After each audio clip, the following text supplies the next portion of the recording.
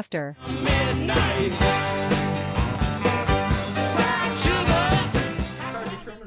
It's not full auto. Look, I'm in directly in the eyes. Clap.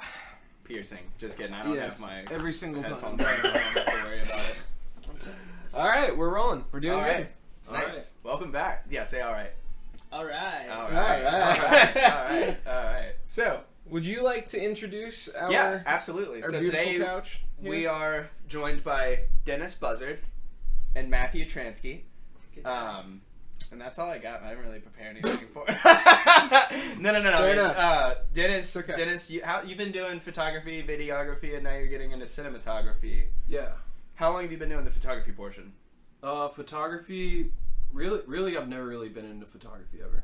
Really? It's really just, like I started loving video because around 2018 timeframe, my little brother came over to our house and he brought this drone, like a DJI Spark, which is what it was at the time. Yeah. I was just amazed that the camera quality, which I thought at the time was good, it's terrible now that Looking back on it. Yeah, but Hindsight. I was just so amazed that it could fly and it was like pretty precise. So Yeah. right when he left, like I bought one and just like fell in love with it, then realized, well, this camera could be a little better. Oh, they have another model that's better. And so I bought that one and then got really, got pretty decent at flying drones. And then I was like, wow, this is a lot of drone shots. Maybe have something, Maybe not just drone shots. maybe to have people watch my videos, maybe have something in between the drone shots. Yeah. Just so that they're satisfied, but I don't care about that. And then so I got a GoPro, and then I was filming, then I realized like, wow, I love filmmaking. Like this is cool, like the whole setup, but I was using a GoPro. I'm like, man, I really wish I could zoom somehow with it. Yeah. And then Very limited with the yeah, GoPro. but I did what I could. You just do it primarily digitally at that point? Yeah, I mean everything that I was using was digital. What do you mean? Oh, I mean like the digital zooming. Like if you do you essentially just when you go into edit you have to zoom in? I actually manually walked closer. Yeah. Oh, nice. Well, I would have never thought stabilization is about so that. good. Yeah, I would have never thought about that. Yeah, but you didn't need gimbals because like the what was it? Stabilization. Real Yeah. steady or whatever. Yeah, like Action Yeah, steady. GoPro's like trademark stabilization. Action steady. I actually started with the Yeah. DJI. It was a DJI camera. DJI Osmo? Osmo Dude. Action. Yeah, dude. The Osmos were Love it. great. Now they do like the Pocket. Yeah. And they're on the Pocket too. That thing is fantastic. I got to play around with that recently. I did a live music video shoot with a guy named Ben Beauchesne. He owns Pillow Fort Studios, and we did a live concert for Idle Threat. Wow. And they just got signed to a record label, so this was kind of like a promo for their like new tour. And we used that and a GH5 and a G7 like as the side camera. Yeah. Then we used this one as like the wide shot. So super fun, but we were all blown away by the Pocket too. We were all just like, DJI cranks out like incredible gear. Like, China, man. I know. It's stupid. Well, I don't think you're China- allowed to say that anymore. China, comma, man. Yeah, I don't think you're allowed to say that. Yeah. yeah, comma. Can we restart? China, Can we get a wrap on man. this? Okay, so I was shooting on that, and I was in Turkey, and Dude, then beautiful shots in dude. Turkey, by the it way, was. man. Thank you. And then COVID happened, Yeah. and so we were kind of stuck inside. But what came along with COVID was the stimulus checks. Yeah. And I was like, I was already thinking about getting a camera set up, and I used the stimulus check to buy a GH5. Nice. And it's funny because I was in Turkey. It took so long to get there. By the time I got it, I probably watched like 60 or 70 hours worth of YouTube about like, the GH5. How yeah. to use this So, camera. dude, I knew it in and out before I ever touched it. Yeah. And then like I actually Sick. got to shoot with it, and I was just obsessed. Like, Yeah, I bet. like I can't even describe how much I loved it.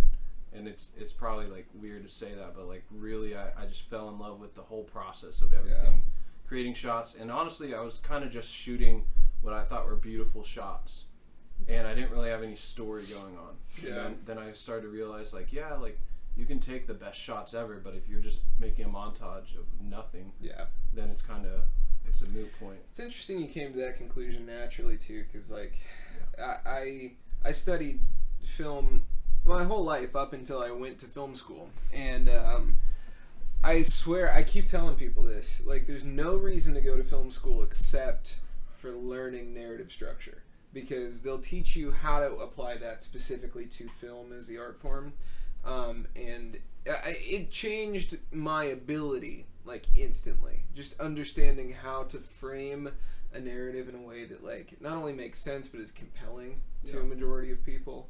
It's an art form. It's, you know, subtle manipulation. It's learning how to tweak someone's emotions to feel a certain thing coming back. 100%. Yeah, and it's just crazy to me that, like, you know, people just pick up on that naturally. That's wild. I watched a lot of YouTube videos that like, you're filmmaking all wrong. And I was like, there are more of those now. Excuse me? I watched, it's like, okay, I think I know what I'm doing. And then I watched it and I'm like, oh shit, that's me. Yeah. I'm the guy I'm he's the talking one. about. Yeah, so maybe. That's funny. Oh, and you know, I was so into all the transitions. Like, I thought that was so, like, all the yes. travel films had like, Yes. you know, masking transitions and Yeah. everything. And I would use them all the time for no reason. Like, Yeah. I wasn't transitioning shit, but Yeah, right. I would just throw it in because I thought it looked cool. And then I realized, like, reused. like I very rarely do transitions now. Like, I Yeah. do hard cuts, but Yeah. I cut on action. Like, I learned when you're actually supposed to cut in order to tell the story and bring it forward, not just because it looks cool. It's it's definitely pretty solid that you kind of picked up on that all on your own, and like you were willing to adapt and overcome and change. A lot of people get, and I'm guilty of it, a lot of people are guilty of it, where like you feel like you've got it figured out so much so that like your level of confidence won't let you change for the better because you feel like you're already good enough. And the fact that you're willing to soak it up and learn and continue to try to grow, I think that's why you found, I would say, like a pretty good level of success in this so far, is like your willingness to just, I'll do whatever I need to do. Like, you're constantly trying to learn, man, and that's I appreciate pretty that. great. Yeah. Yeah, your shots are absolutely beautiful, though. Even when you were just doing the like drone footage and just like walking around the town and shooting stuff, like you would go from, you know, beautiful aerial shots to like a Ferris wheel, and you always had your lights really beautiful. I even enjoyed watching that, but I appreciate that. Yeah. absolutely, man. Hey, he showed me some of that stuff. It does look really good.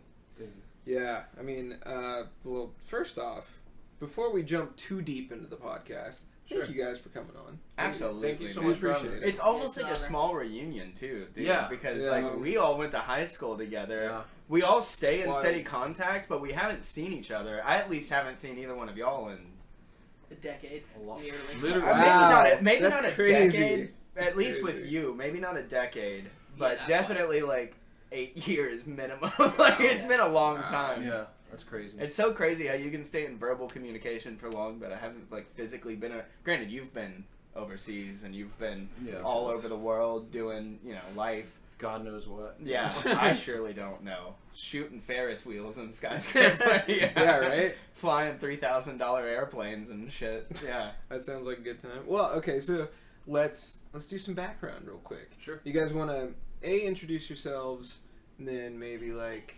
job? Yeah, because I've heard And- Matt's really been stepping up his videography lately. Slowly Dude, he's but so surely.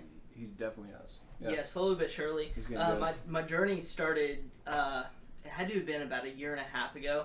I started on a much crappier iPhone than this. Nice. But settled in. I actually was spurred on because my wife, she's a really, really great photographer. Has grown up with a camera.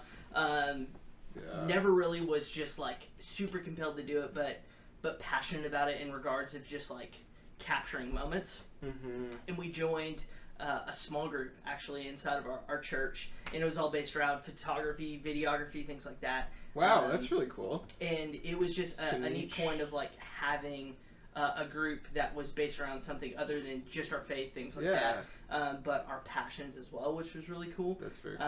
And I just went because she was into it. You know, I Yeah. had no interest really in taking photo. Yeah, you didn't think you were going to take anything from it. No, Yeah. not at all. I was just there because I'm like, I got to support my wife. Right. And I ended up having an evening where one of the guys who was on staff at the church at the time, who was kind of heading up the group, he was just like, "Hey, I'm gonna teach you guys in-camera transitions," which is really funny because we just talked That's about awesome, like yeah. use that. Oh, but still. That's the In thing. camera is different. Yeah, that's than way just- different. Than just using transitions. Yeah. But that was my step into, okay, I like this, but I'm totally intimidated by it. And he was like, "Hey, here's this awesome app called InShot. Let Yeah. me show you how to take clip A, clip B, splice those together using natural motion blur, and begin to craft these shots." And I was just like enamored with it. Dude, So- InShot's a that's really good so app cool. too, honestly. Especially Oh, for like yeah. an introduction to it all. Like That's that's great. that's what I use. I mean, Mhm. I don't know any better. Like, Yeah. Shout out Video Shop. yeah. Dude, I definitely understand the like intimidation side of it though, because like Red handles all of our technical aspects for this stuff. For And better or I'm- for worse. Yeah, I'm more than happy to try to learn it, but when I think about trying to take it on my own, like I'm gonna try to learn this on my own, dude. It's so anxiety inducing because it's Yeah. like, what if I fuck something up? Yeah. Or like, it's so much to try to absorb and learn all at once, dude. It feels But you can't do it cumbersome. that way. You can't learn it all at once. There's Yeah. just no Yeah. way. I mean, it took me obsessing over film from 13 years old until I went to college to Yeah. even get to the point where I could make something fundamentally good.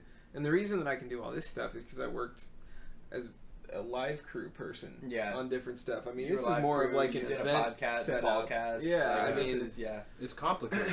it is It complicated. is, even man. even all this setup. Yeah, Like this is and this is simple, for a Relatively, podcast. but- yeah. like for someone just learning. Like I want to start a podcast. Yo, that is a lot of stuff. Dude. to go Yeah, to. Yeah. the barrier of entry feels It's- higher than it is in some regards, but Yeah. actually it's a lot to learn. Yeah. It's Yeah. all the aspects of like, okay, I've got to get a camera. Yeah. I don't know how to work this camera. Right. Right. And learning that aspect, but again, like you said, if it's one step at a time It's- and you begin yeah. to grow in those things, it becomes less and less. And having a reason, saying I'm Right, gonna just yeah. start a podcast, and I am the worst about this. I've been saying for too long, I'm gonna start my YouTube channel. Yeah. Right. That's what I want to do. Yep. And I have so much backlogged footage. We I did- have we so had to- many drone shots, and Yeah. I'm just like I'm at the beginning phases of where Dennis was, Right. Yeah. and he spurred a lot of that inspiration as a friend. That's and, awesome. Yeah, I've been doing my best. Like Matt would reach out to me and ask for like feedback or advice on stuff, and Yeah. I would just do my best to help him not make the same mistakes that I like made and kept making, still Yeah. make probably. That's funny, man, because I That's do the important. same thing to Yeah. you. Like, I'll send you just music. Like, it's Yeah. never movies. It's never, like, footage or anything like that. But, yeah, look at that, man. You're an inspiration for Yeah. everyone. But I mean, It's the awesome. same goes though. Like I'll if I write a song, I would send it to you for your advice, or if I make videos, like I Want opinions, I yeah. Yeah. pretty frequently Yeah. send them to Matt and be like, hey bro, what do you Definitely. think about this? And he'll provide feedback. Most of the time he's just like Very he's like, important. dude, great job. Sick, But man. sometimes he's Yeah. like I might change this or that. Yeah. So It's And always those are nice the to have important good, ones. constructive criticism, Yeah. man. You Yeah. gotta hold the homies accountable, And 100%. absolutely. That's Don't the be only a way yes things get man done. for your boys, Yeah. Yeah.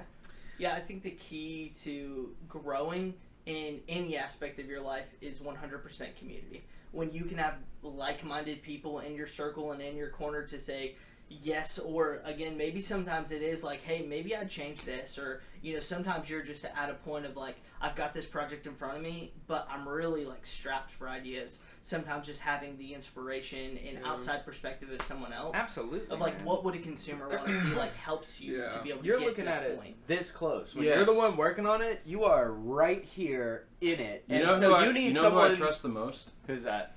You gotta shout out my wife. But Oh, like, there it is. dude, I will always like She won't lie to you. any project I do, I have it at about 80%, and then I render it and everything so that it plays back super smooth, and I Yeah. show my wife, and then she's like, on the nose every time. She's like, oh, change this, Yeah. add music, fade it in. Like Oh, dude, she's your Rick Rubin, bud. she's what makes the Same. magic come to life. Like, Yeah. like Nah, in dude, my same. films and in my life. But That's like, awesome, man. yeah, but for real, That's like awesome. if I'm traveling and she's not around, Like I'm like I feel like a fraud. Yeah, you have like That's an identity so crisis. funny. Yeah. The imposter syndrome. Yeah, kicks in. I'm like what am I doing, my secret man? weapon is. Yeah, no, man, feel that's that. really awesome. I've never even met your wife, and I have the utmost respect for her because the fact that she allows you to take so much of your time to focus on something that you care about. Yeah. That's a hard thing to do in a relationship. Is 100%. to allow your partner to like. You know, because you have to pour many hours into this. You know what I mean? Yeah. And so the fact that she's so willing It's to a support time- it you is and a also help, yeah, it's commitment. yeah, that's Yeah. awesome, man. So definitely shout out your wife, dude. Yeah. That's awesome. So I'm Dennis. This is Dennis. The man, Yeah. the legend. I'm Dennis. I guess I claim Murfreesboro as my home. I grew up here Yeah. since, I was in first grade, and I went to high school with Matt and Dalton. We were all in the same grade, and then I joined the Army like literally 2 days after high school. Well, I joined before, but like I shipped out 2 days after high school. Crazy, Dang, man. wow. Yeah, it was kind of gnarly Took because it head on. I didn't even Yeah. I didn't even have time to like appreciate my accomplishment of graduating high school or whatever. Yeah, but But yeah, I just went straight to basic, and honestly, like a lot of people get changed by basic, but I did not. Like, No, you don't. Yeah, No, like, you I don't was- seem like through I it. and through, Dennis was Dennis the Yeah. whole time. That's yeah, good. I was still super goofy, just like always trying to, either make people laugh or just like do goofy pranks. Like I still do that with my soldiers or with like, my leaders even. I'll just say like some crazy shit, and they're just like, wait, what? And I was like, oh, I was joking. Yeah. Oh, That's okay. awesome. Because like, I'll say it with a straight face, like deadpan. They're like, oh, okay, Yeah. cool. Thank They God. have to feel it out. Yeah. Yeah. Thought we were gonna have to call like the psychiatrist. Yeah. Yeah, Funny. so I joined the Army, and I joined for satellite communications, and so I learned a lot of IT, a lot of tactical radio Yeah. stuff, and so like I would go out with special forces teams and provide them like satellite communications. I'd jump out of planes with satellites, set it up on the drop zone, and You've got some killer footage of that too, man. Thank you. yeah, that stuff is sick. So yeah, I was doing that for a long time, and I was like, yeah, this is cool. But then I thought about it, like, and everyone kept saying, dude, with all the IT background, Army's paying for all these IT certifications, and I got a bunch of certifications. They're like, dude, you'll get out and make so much money, and I thought about it like, YOLO, like, Yeah. you only live once, and I was just like, this really is not fulfilling. It's not satisfactory to me. That'll So- drain you too, man. Yeah. So luckily, I'm just so fortunate to be here and to just have a passion. A lot of people don't even know what they want, and I found I hate that. yeah, That's what I'm- it's so sad. Like you Yeah. talk to someone and you're like, so what are you into? Oh, I don't do anything. Yeah. You're Go like, to work, come home, watch Netflix. wow. I- Just die. That's depressing. Just die. There's no point. Maybe not die.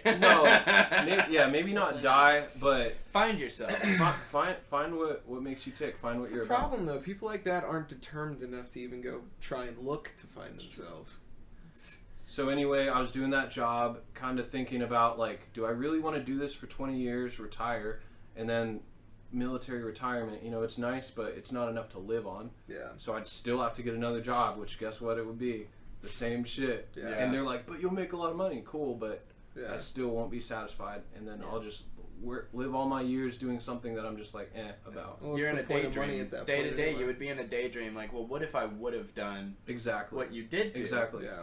And so then the drone thing, my brother showed me that cheap Chinese drone, and I was just like, whoa, this is so crazy. And yeah, then I just fell in love with just the process of filmmaking, and I still have so much to learn. Like I am not, like I have definitely put in a lot of work to it, and I'm very careful about the way my shots are crafted, color graded, everything. Yeah.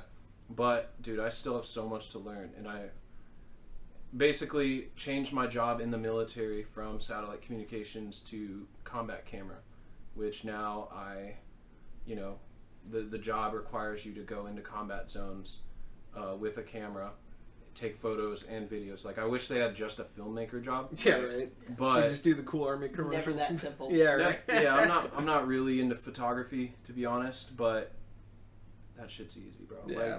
Like if you're a good kinda filmmaker, like photography is just too easy. Well, because it's just a still of the video that you would take. And I don't want to knock photographers. Like, I get it. It's like you're telling a whole story in one frame. Yeah. Very cool. Got it. It's just not my passion. Yeah. That's right. It's like a different thing. Yeah, it is really a different thing. Like, yeah, there are very talented photographers in the Army and like my friends. So Yeah. I respect them. I respect the craft, but you know, I kind of found my thing that I'm enamored by. Yeah. And yeah, so I switched over to that actually pretty recently.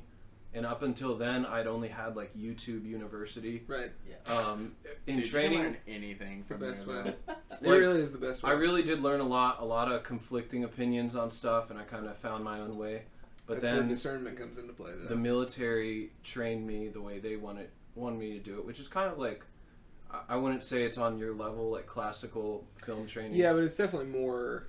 I would say it's probably way more than the YouTube stuff. It's actually called Mass Communications Foundation. So like all the That's really fundamentals neat. Yeah. of photography and videography. So Fair enough. you know, just enough. And I pretty. That's like, really cool though that they even offer that, because when you go into a career in that space, you generally, I mean, at least from an outside perspective, I don't think about the arts being like something that would even be learned or taught. Yeah, by the within military. That context. You feel like yeah. they're focused on other stuff, but no, dude, not to plug the Army or the military. Well, I mean, why not? I mean, look, we wouldn't be sitting here without them. So. I will say that my life is where it is today because of the Army. You think that structure and discipline was formulative, especially in those years? 100%, yeah. Yeah. Like I owe a lot of my drive, Yeah. my resolve, Yeah. my resiliency to the Army.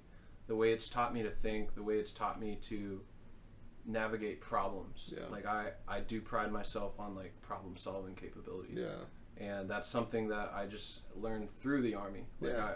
I wouldn't have known that. And like pretty much all the good in my life has come from the Army. That's how I met my wife. Yeah. There's no way me from Murfreesboro, Tennessee would ever be in Olympia, Washington. Yeah. It's had I not totally. joined the Army. So like all the good things that have come in my life have been, well, not all, but you know. Right, but it filters down. From, Credit where credit's due. Yeah. Now that's saying I hate the Army. sometimes hey, it's work. Still. Sometimes it We gets all a hate bit work. much, and yeah. But hopefully someday, you know, I can kind of just focus on my craft, whether that's in the Army or out. Yeah. Well, man, That'd be cool. You've definitely put in enough work to where you're now building a pretty solid following on social media. What's that been like, going from, you know, the 600 followers to you're at 42, almost 43 now?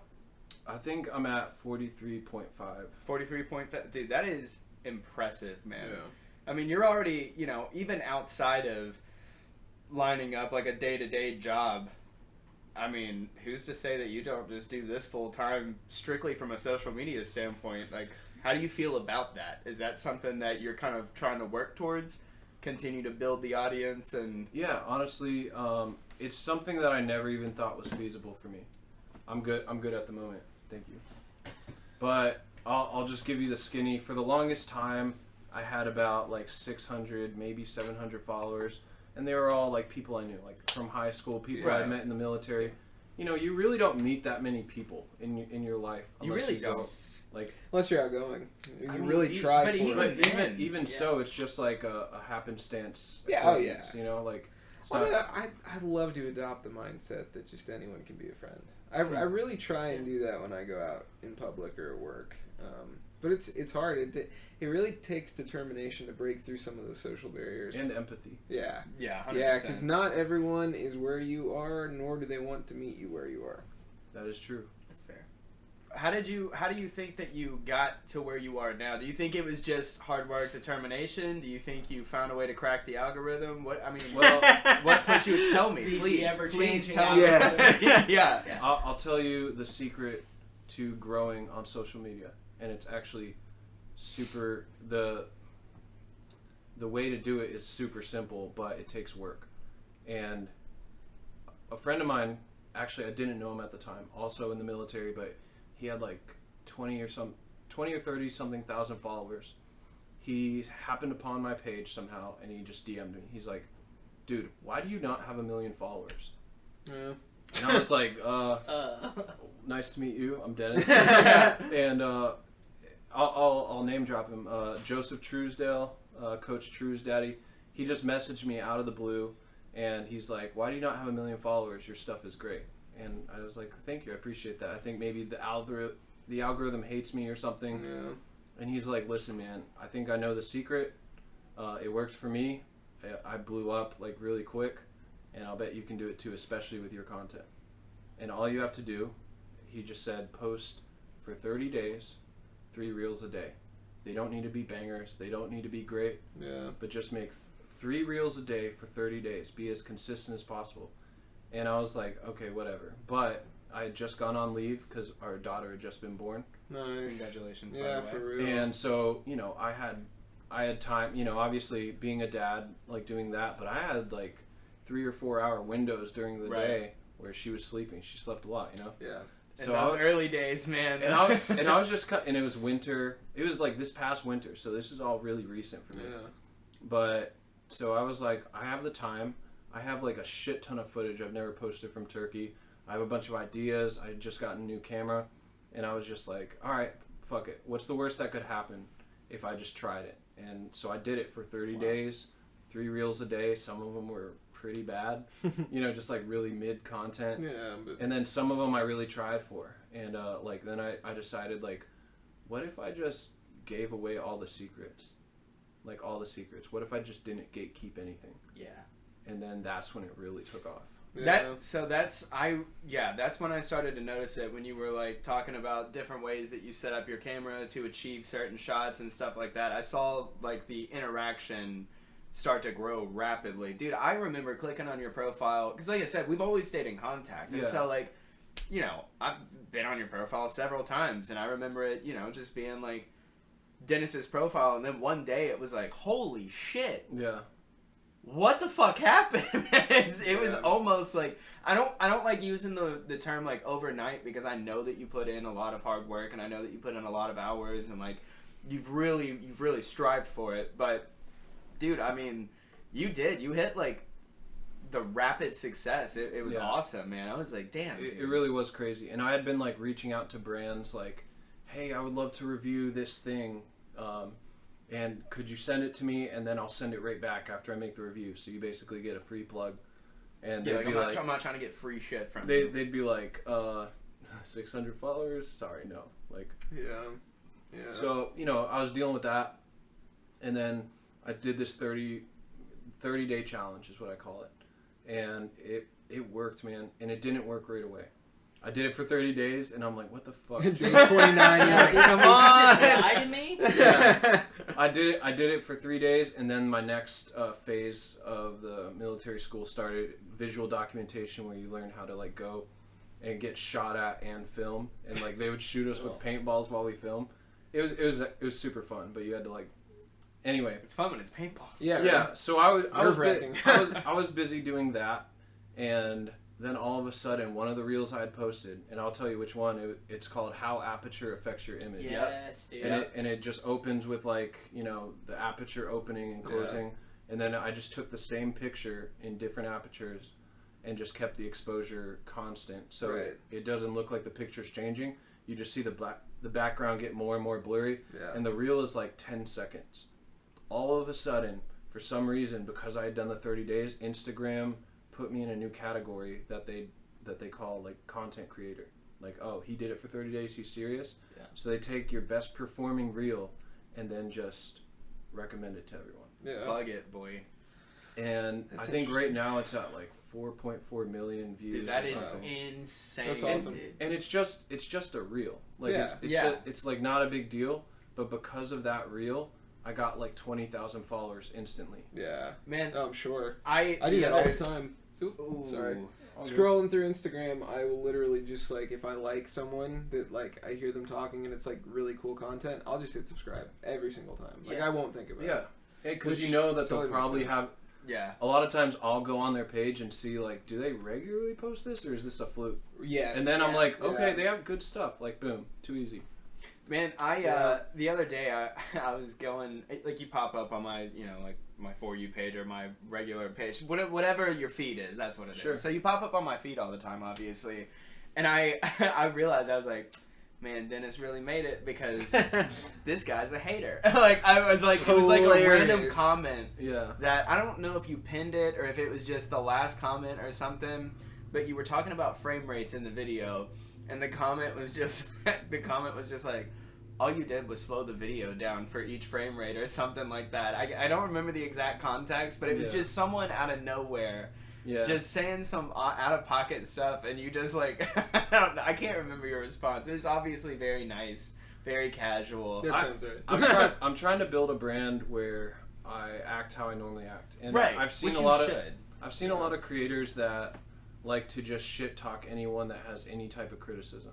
I try to stay away from that. Yeah, absolutely. Even if it's just out of left field, just some crazy shit, I always like leave a really professional like. Yeah. You know, I'm sorry. That's the way. It was like killing him with kindness, and they're like, "Damn, he didn't get upset about that." Yeah, it wasn't. You just slow the video down. It was like, I think it was something more along the lines of, this video should have been called what different slow-mos look like with different FPS or something. You know the comment that I'm talking about? And I'm like, I'm sorry that my 15-second video didn't explain that, but if you look in the description... That's what it was, I wrote a goddamn novel. If you'll refer to the description, it's like, man. Yeah. I was like, dude, that's how you know Dennis is making moves, is people are attacking him out of nowhere.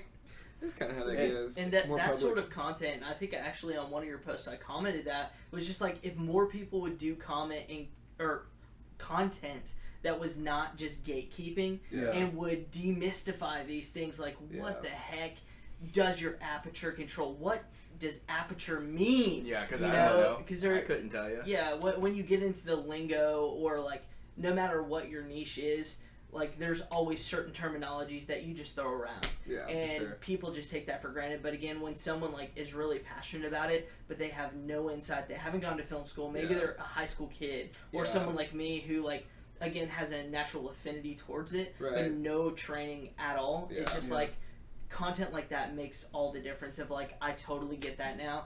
And if you can't explain that to someone on like a third grade level and at like a collegiate level, then like, do you really know it? You know, concept should not be that hard. It's that subreddit, dude. Explain it like I'm 5. I freaking love that subreddit, man, because that's a perfect point. Like, you need to be able to, like, maybe not everybody who's good at something needs to be able to do that, but especially if you're gonna have a social media presence where people are looking to you for advice, which I would say a lot of your page is geared towards that, where it's like, hey, not only am I gonna show you this badass footage that I shot, but I'm gonna help walk you through how to do it because I was in your shoes at one point. People message me all the time like, what camera should I get, or what's this or that. I bet. And I've started. What I should do is like do the auto reply thing, but no, like seriously, like I message every single person back and like give them my honest opinion, and I try my best to be helpful to people because I've realized that's what helps build relationships. Like I met like one of my friends who gives me the very most high paying jobs and everything. Like that's how I met him. That's awesome, man. And it's like it's just like come full circle to where I realized like for me, what I've realized is the way for me to grow is to just give it all. Like give it all to everyone. And I mean, there's probably certain things that, you know, are kind of like my style that I might not like tell everyone like just out of nowhere, but like if they ask me, like I'll let you know. More than happy to share. Yeah, right. I'll let you know how I did this and what I do. Like it is my style, but you know, it's not copyrighted. Like right. Yeah, I mean, I totally get it, dude. And like when you're like, I don't even necessarily love using the term creative because to me it almost feels like one of those things. It's like calling yourself a musician when you're not.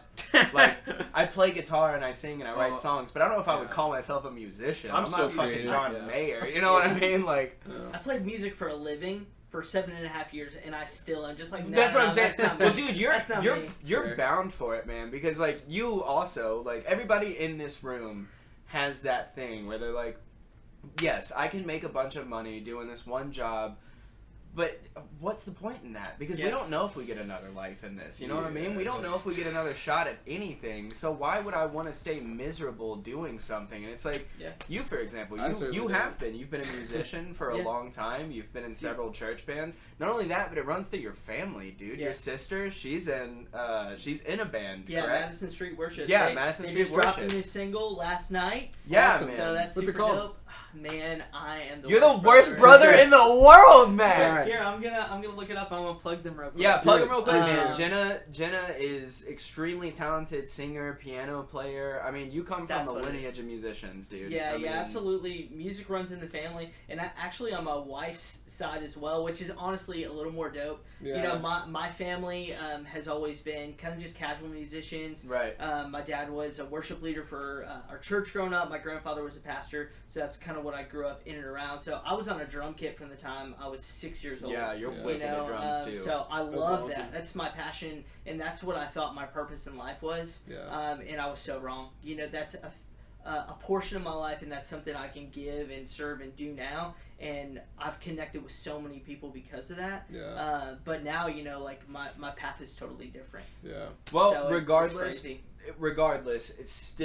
it still falls into the same category of a creative path. Yeah. You're not one of those people that can just go clock a 9 to 5 and be perfectly happy. Yeah. You do work a 9 to 5, but outside of that, Yeah. you even incorporate your creative side to your 9 to 5. I see your videos that you Yeah. go out of your way to Yeah. post on social media to help Yeah. promote what you're doing for a living. Yep. And then, you know, I would even venture to say, because like you practice BJJ, Yep. and I I would do. even venture to say that in itself is a creative sport. So you're not Yeah. even like you. I just love that you constantly, you're absorbing as much of it as you can. So you Yeah. do the day-to-day grind, but then you also put your time into music. You put your time into, you know, like social media networking, like what you do for World Outreach. Yeah. You do, you know, videography. Is that what you say you're focused on mostly right now, or cinematography? Yeah, definitely videography, social media primarily. Yeah. I'm a social media strategist first and foremost. That's what it is. So I live in the numbers. I get to Right. do the nerdy stuff. Yeah. I get to follow trends and algorithms,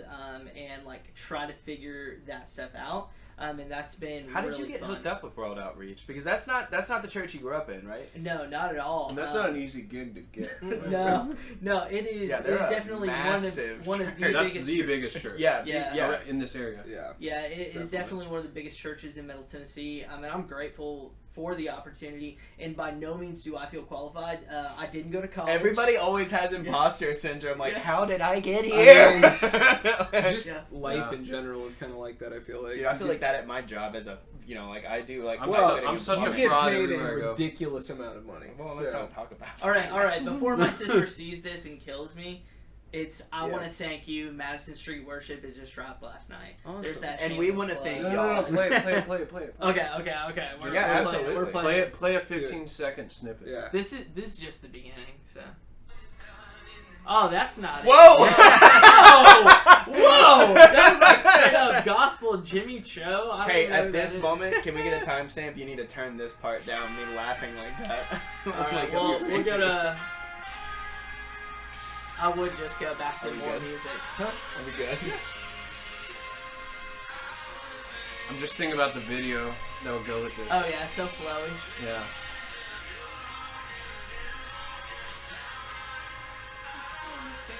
At least he knows the words of the tempo. Yeah, I do. It's pretty good. I He's like proving that he knows it. He's like, no, I do know. No, I no. know. So that was actually my brother-in-law singing on that one too. So it's cool. That's Oh, that's awesome. awesome. Yeah. Yeah, That's it's fun super. They're stuff. killer, So, dude. What's his yeah. name? Lee Battalion. That's right. What if he was Yeah. like, oh, dude, I do know this one. Just give me a second. I'm the worst. You put me on the That'd spot, be and I'm like, I don't cool. know what it is, but they're not going to be thanking me for that. Yeah, even yeah, though- But it is crazy. You guys were saying just everyone in your family is so talented at like music, and like it's kind of a pet peeve of mine when someone says, "Oh, dude, you're just naturally talented." And I'm like, yeah, but I also put in like thousands Dude, of hours of yeah. work. Right. You Well, have to. So like, 1,000%. Yeah. Like, I have always played the drums, but I have not always been good at the drums. And that's something ever since that, I've known you. yeah, Yeah, well, okay. maybe. But I've also been playing, again, since I was like 6 years old. I mean, I grew up wanting to play the drums. That was like Yeah. my first memories was like holding a little plastic guitar and then having a tiny drum set that I played on from the That's time I was I like awesome. used to be 2 so or 3 mad years at old, you. but Like hanging out in the neighborhood. We'd go to Matt's house and shit. And we'd be hanging out like Jenna would be playing piano. Matt's already great at drums. I'm trying to be good at guitar, and he's like, "Yeah, man, do you think you could play this along with me?" And he's like, I'm just like, dude, man, can Yeah. you pick one thing and be good at that? Like, It was 11th grade. That's when I met Matt. Yep. everybody has an I hate Matt story. And he's like, you should come over to my house, and then he's ripping it up on the drums, and then he's like, oh my god, I'm so embarrassed, I barely play guitar. Yeah, and he's playing like Why Georgia by John Mayer. Yeah. And I'm like, That's dude, awesome. oh my And he god. just played it perfectly. Dude, that was my whole repertoire in high school. It's just like John Mayer just songs. loving Yeah. John Mayer. That's Dude, the I reason. still love John You're the Mayer. reason like I started listening to John Mayer, and I just got to catch his solo acoustic tour when he came through Oh. here. It was Wow. glorious. That Every must've been time. awesome. Oh my god, it was so great. I caught that one, and then a couple years ago, I went to the what was the tour that had? What do you think about him on as a it? person? You think he's a douche? John Mayer? I think Yeah. he used to be a douche, but I think nowadays he's a lot more in touch with what it takes to be an empathetic human. I think he at least tries. But Yeah. you got to think, pretty much right outside of high school, he started to catch a serious amount of traction. If you would have given me that much attention in high school, I probably would have never grown up. I probably would still be a douche. I mean, I am to a degree, but Power corrupts minds. Absolutely. Yeah, No one is immune to that. Like, no, when I don't you think so. And it's funny, like in the military, like when you see someone become an NCO, like they're a leader, they have lawful ability to make people do pretty Right. much whatever they want if it's lawful, Yeah. and they have that authority.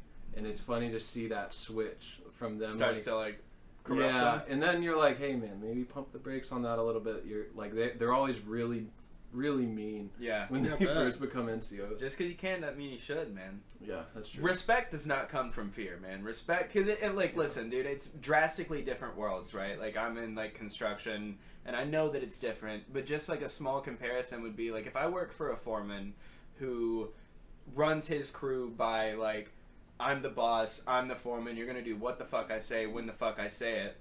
Okay, it's my job to do that, I guess, and so I will, but if I have a foreman who's a lot more understanding and talks to you on a human level, Yes. I'm willing to break my back for you.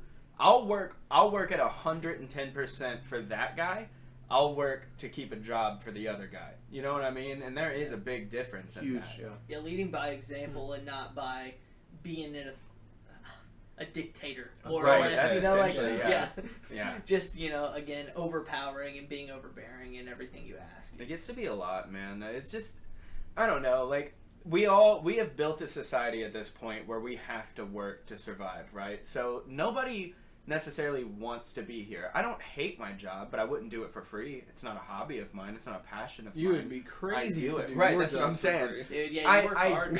I do You it work so because hard. it pays the bills, and I do enjoy certain aspects of it. But like, why try to make someone's life more miserable? Because we all have to be here together, right? Yeah. So like, I'm not saying let someone slack off. If you see your guys on their phones dicking off all day, sure, you've got to say something. But why make someone's life more miserable than it has to be, bud? Yeah. We're all fucking here. You know what I mean? Like, Yeah. What do you do, Red? I work in a warehouse. Okay. you do a lot more than that.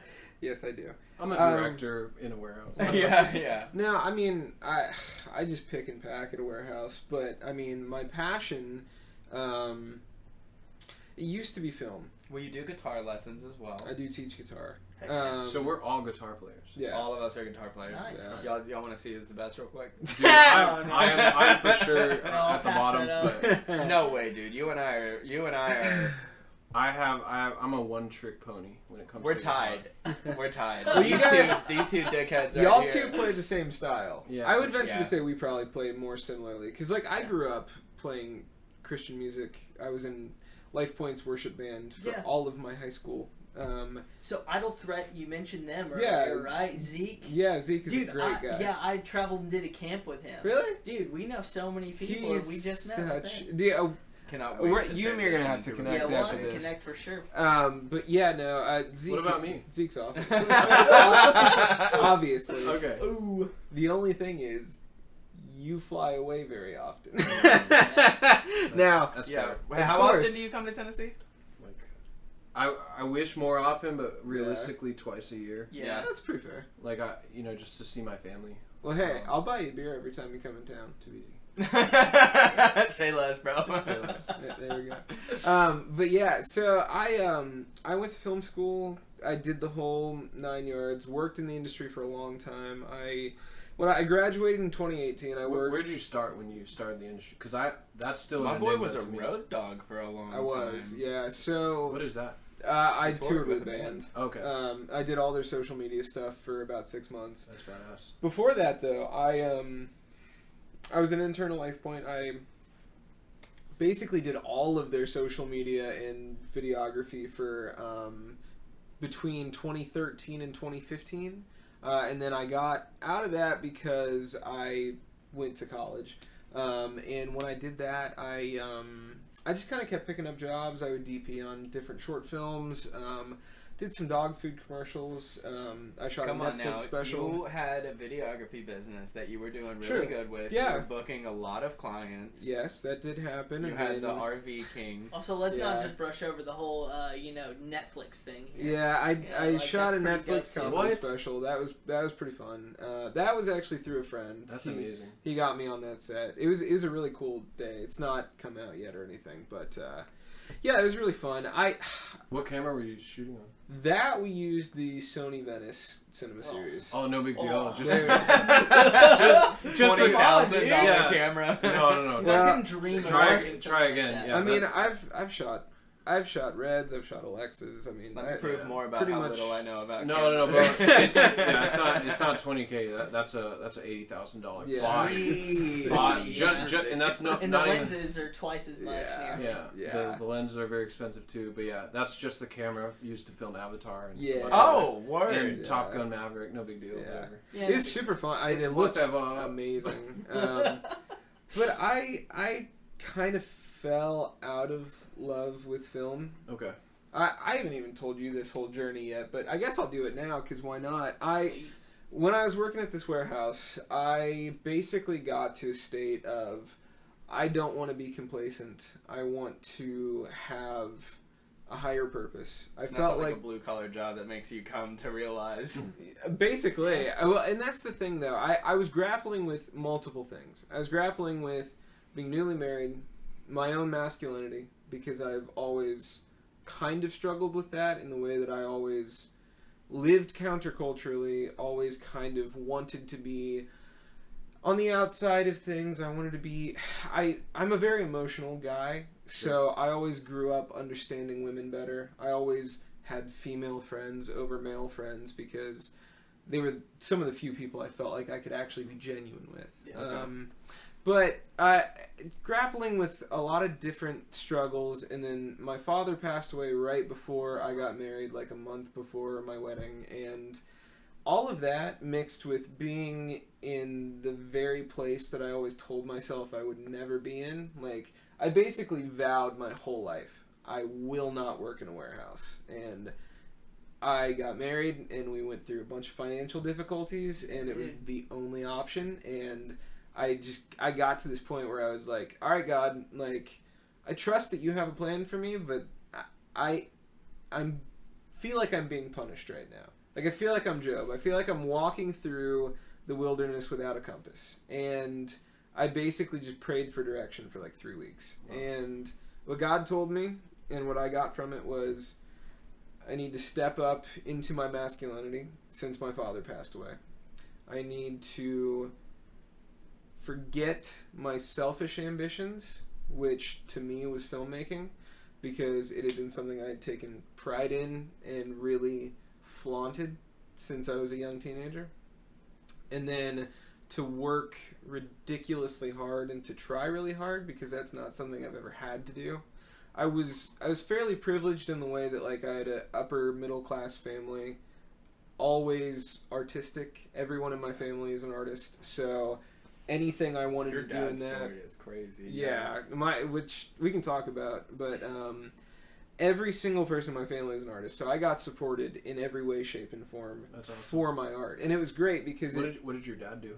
he was a professional musician from 1950 up until about the late 90s. He was a frontman first, then he became a Latin percussionist later on.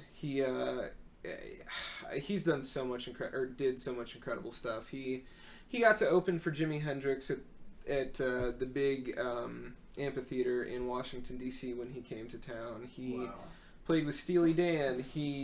I mean, literally, basically anyone in the 60s or 70s that was popular and went through Washington, D.C., my dad played with them. So he kind of feels like musical royalty in a sense because he's been written about a lot. There's a lot of different things that kind of show Didn't that you find a documentary about him recently? Not a documentary, but a book that he's talked about a lot in. One of his ex-bandmates went on a radio show recently and talked about how him and this other guy that were in a band together had a fight and parted ways, and that guy went on to write basically all of the popular TV show themes from the 1970s. But yeah, it's just kind of crazy. He's really cool, and then my uncle tours with a band called Low Cash. He's been with them for years and years and years now. What's the coolest thing you've done? What? What's the coolest thing you've done touring with Low Cash? Coolest thing? You know what I think's the coolest thing. I think the coolest thing is when we went to the Ozarks, and we went to a private island in the Ozarks that had a double-decker bar built into the side of a mountain that had like a pool up top and a pool downstairs. Like where they filmed Ozark? Yeah, literally. Exactly Yeah, it was. They were actually in the middle of filming. Sony Venice, by the way. Yeah. In the middle Jason of that Bateman lake. was there. I wish. He's the front man for And Low Cash. that was You played with Jason Bateman. Yeah. That was especially crazy because we took like a 30-minute boat trip into that island, and when we got there were like 6 girls that met us at the boat that knew all of our names, though we had no idea who they were. But they just like knew that we were coming and that we were like an entourage of important people. So yeah, we got to have a very fun day doing that, and then we went and played an amphitheater that night. It was really cool. But all that to say, when I started praying relentlessly at my job for direction, what I got was a calling to do what I always didn't want to do, which was to be a professional musician. And I was working, I released 2 albums, and I was working on my 3rd one, and I stopped doing that because I recognized immediately that film was selfish and that I had talent and musical ability and a passion for writing enough. Sorry, why do you say film was selfish? Just wondering. Because I never wanted to do it for anything other than accolade. Okay. I wanted to be praised for what I knew was a natural ability. And that, I think, turned corruptive in the way that I felt too powerful maybe in that field. I felt like I kind of could do what I wanted to, and work was coming really easy, especially when I tried to go get it. I could feel a certain amount of hubris coming on that I wasn't comfortable with. And I always... Yeah, I get that. I always wanted to do something that was more along the lines of like spiritual leadership, mostly because like I just care about people so much that I want to be as helpful and personable as I can to everyone, and I want to lead by example. And I think really the best way to do that is to follow your own moral compass. And for me, I got to this point where I was like, the only direction I want to face in is towards Christ. And so I decided to give up on everything except for writing Christian music, and I'm going to try and do the absolute best I can with that and have fun with it. And I'm going to work whatever job I have to until I find a church that is accepting of me. And that's awesome. Really what my goal is. But, it's going to be a climb. It's going to be a journey. And it's a total redirect on, what my entire life journey has been so far. So I can relate in a major way. Playing music my whole life, that was kind of how I felt too. Yeah. Like from the time I grew up in Central Florida, from the time I started playing until then, I had never thought about doing music for a living, never really thought about what I wanted to do for a living. Yeah. And then when I moved up here, being in Nashville and instantly getting connected with huge Nashville drummers, I was able to like start honing my skills, understand what's important, network my time at the music stop here in Murfreesboro. Yeah. I connected with so many people. It's a great store. Dude, I love it. I love it, man. Shout out to Alan over there. Alan Haynes is the best. Best boss ever. But yeah, that was kind of my journey in a sense as well. Like, I never saw myself doing social media or learning videography or storytelling, things like that. But, like, I realized my purpose was not playing drums as much as I found like my identity in that kind of same way with filmmaking. It kind of became a selfish thing, even though it was wrapped up in church, you know. And that's where the deception happens in a lot of ways. Is like self-serving when it's supposed to be service to others. And when you get that ego behind you, that's where like filmmaking isn't inherently evil or wrong, and neither is music. But you said I'm done. but when your own ego is in the way and you're doing it to serve yourself, that's the problem. That's an issue here. You know, that you have to kind of resolve. I'm reading a book called The 48 Laws of Power, and one of the laws, the first law actually, is don't outshine the master. And I think that that's really important when you're talking about this sort of specific stuff, because if you outshine the person you're working under, it doesn't just mean that you're like infringing on their position. It also means that you're actually literally taking away power. And when you have decided to subvert the person that should be above you, you're basically announcing a coup. And masters don't generally react well to that. And in fact, they tend to humble you very quickly.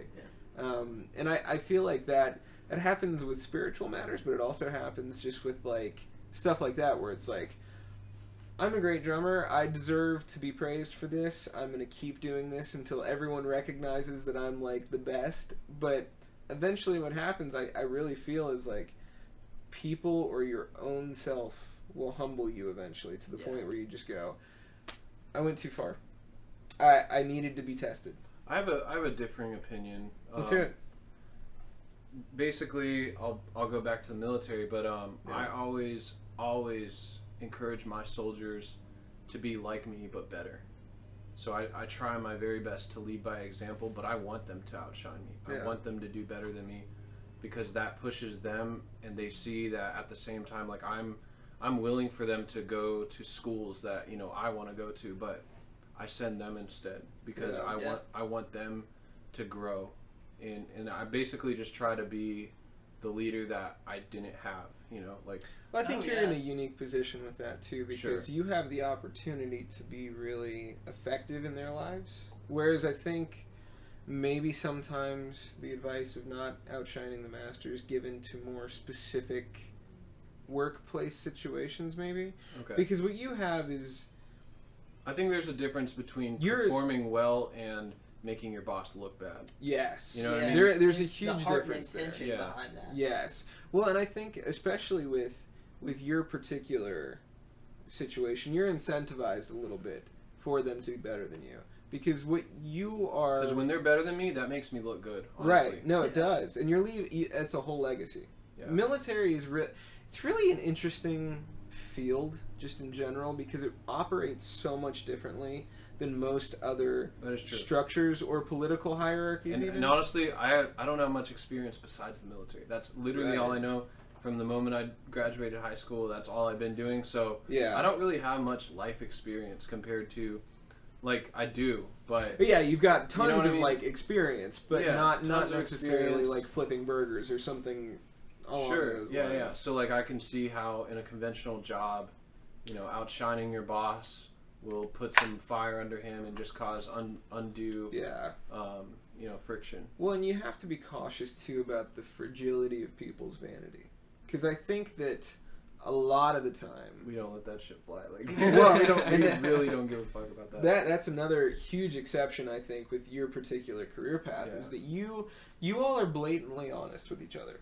And you have to be in order to do the job. Yeah. You guys would falter if there wasn't complete implicit communication and trust between every single person on your team. Whereas if you're working at Burger King, they don't even tell you what shift you're supposed to be on sometimes. They just get mad at you for not showing up. And it's like some made-up reality in the manager's head. I mean, it's really interesting, though, how, I think anyway, how certain things like the military have gotten it as far as like leadership structure and hierarchy, yet we look at how certain things are run, like maybe a church organization or a political organization, and they don't follow or even represent the best model of how to perform leadership activities. Yeah. And it's really important because I don't know any area, doesn't matter if it's workplace or otherwise, where leadership isn't integral to the ability to complete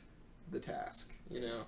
If you're not willing to step up, again, like we talked about earlier, leading by example and raising those people to your level, if not above you, if you have the ability to do so. Well, I mean, that's key for the success of everybody, which I think is beautiful about your mindset on how you lead your people. I agree. And it's not even just about me or my soldiers. It's about the organization as a whole, whatever that is. So I'm going to take that into whatever company I work for or I start my own. I'm going to do the exact same thing because that is what I've seen success with. Yeah. And that is, I invest not in things but in people. Right. Yeah. And that is what pays off the most. Like, self-interest aside, like, that's really in my best interest to do that, and it's in their best interest. So, and it absolutely is. And funny enough, it's weird how it relates almost into my field, where we have journeymen and then we have an apprenticeship program, right? So we go through 5 years of school. There is a they take the hierarchy serious very in the seriously. union. Otherwise, they wouldn't be a union. They're very strict on that type of stuff. Hey, by the way, super quick blanket statement. Since you're gonna go pee, yes. From now on, my kid's asleep, trying to sleep. be very quiet. We're quiet going down the stairs. We're using the master bathroom instead of the bathroom that's Grace is on the couch. You know where the master bathroom is, but she'll point you all in the right direction if you have to go. I already got in trouble. I just came stomping down the stairs. Woke up my kid on accident. I'll go after he gets back. I already have to go. I broke Dude, the seal. it's the beers, man. It happens. If someone it's wasn't the late, beers. you know, we had to get some... You've been giving this guy beer? That's what that is? I thought it was bubbly, dude.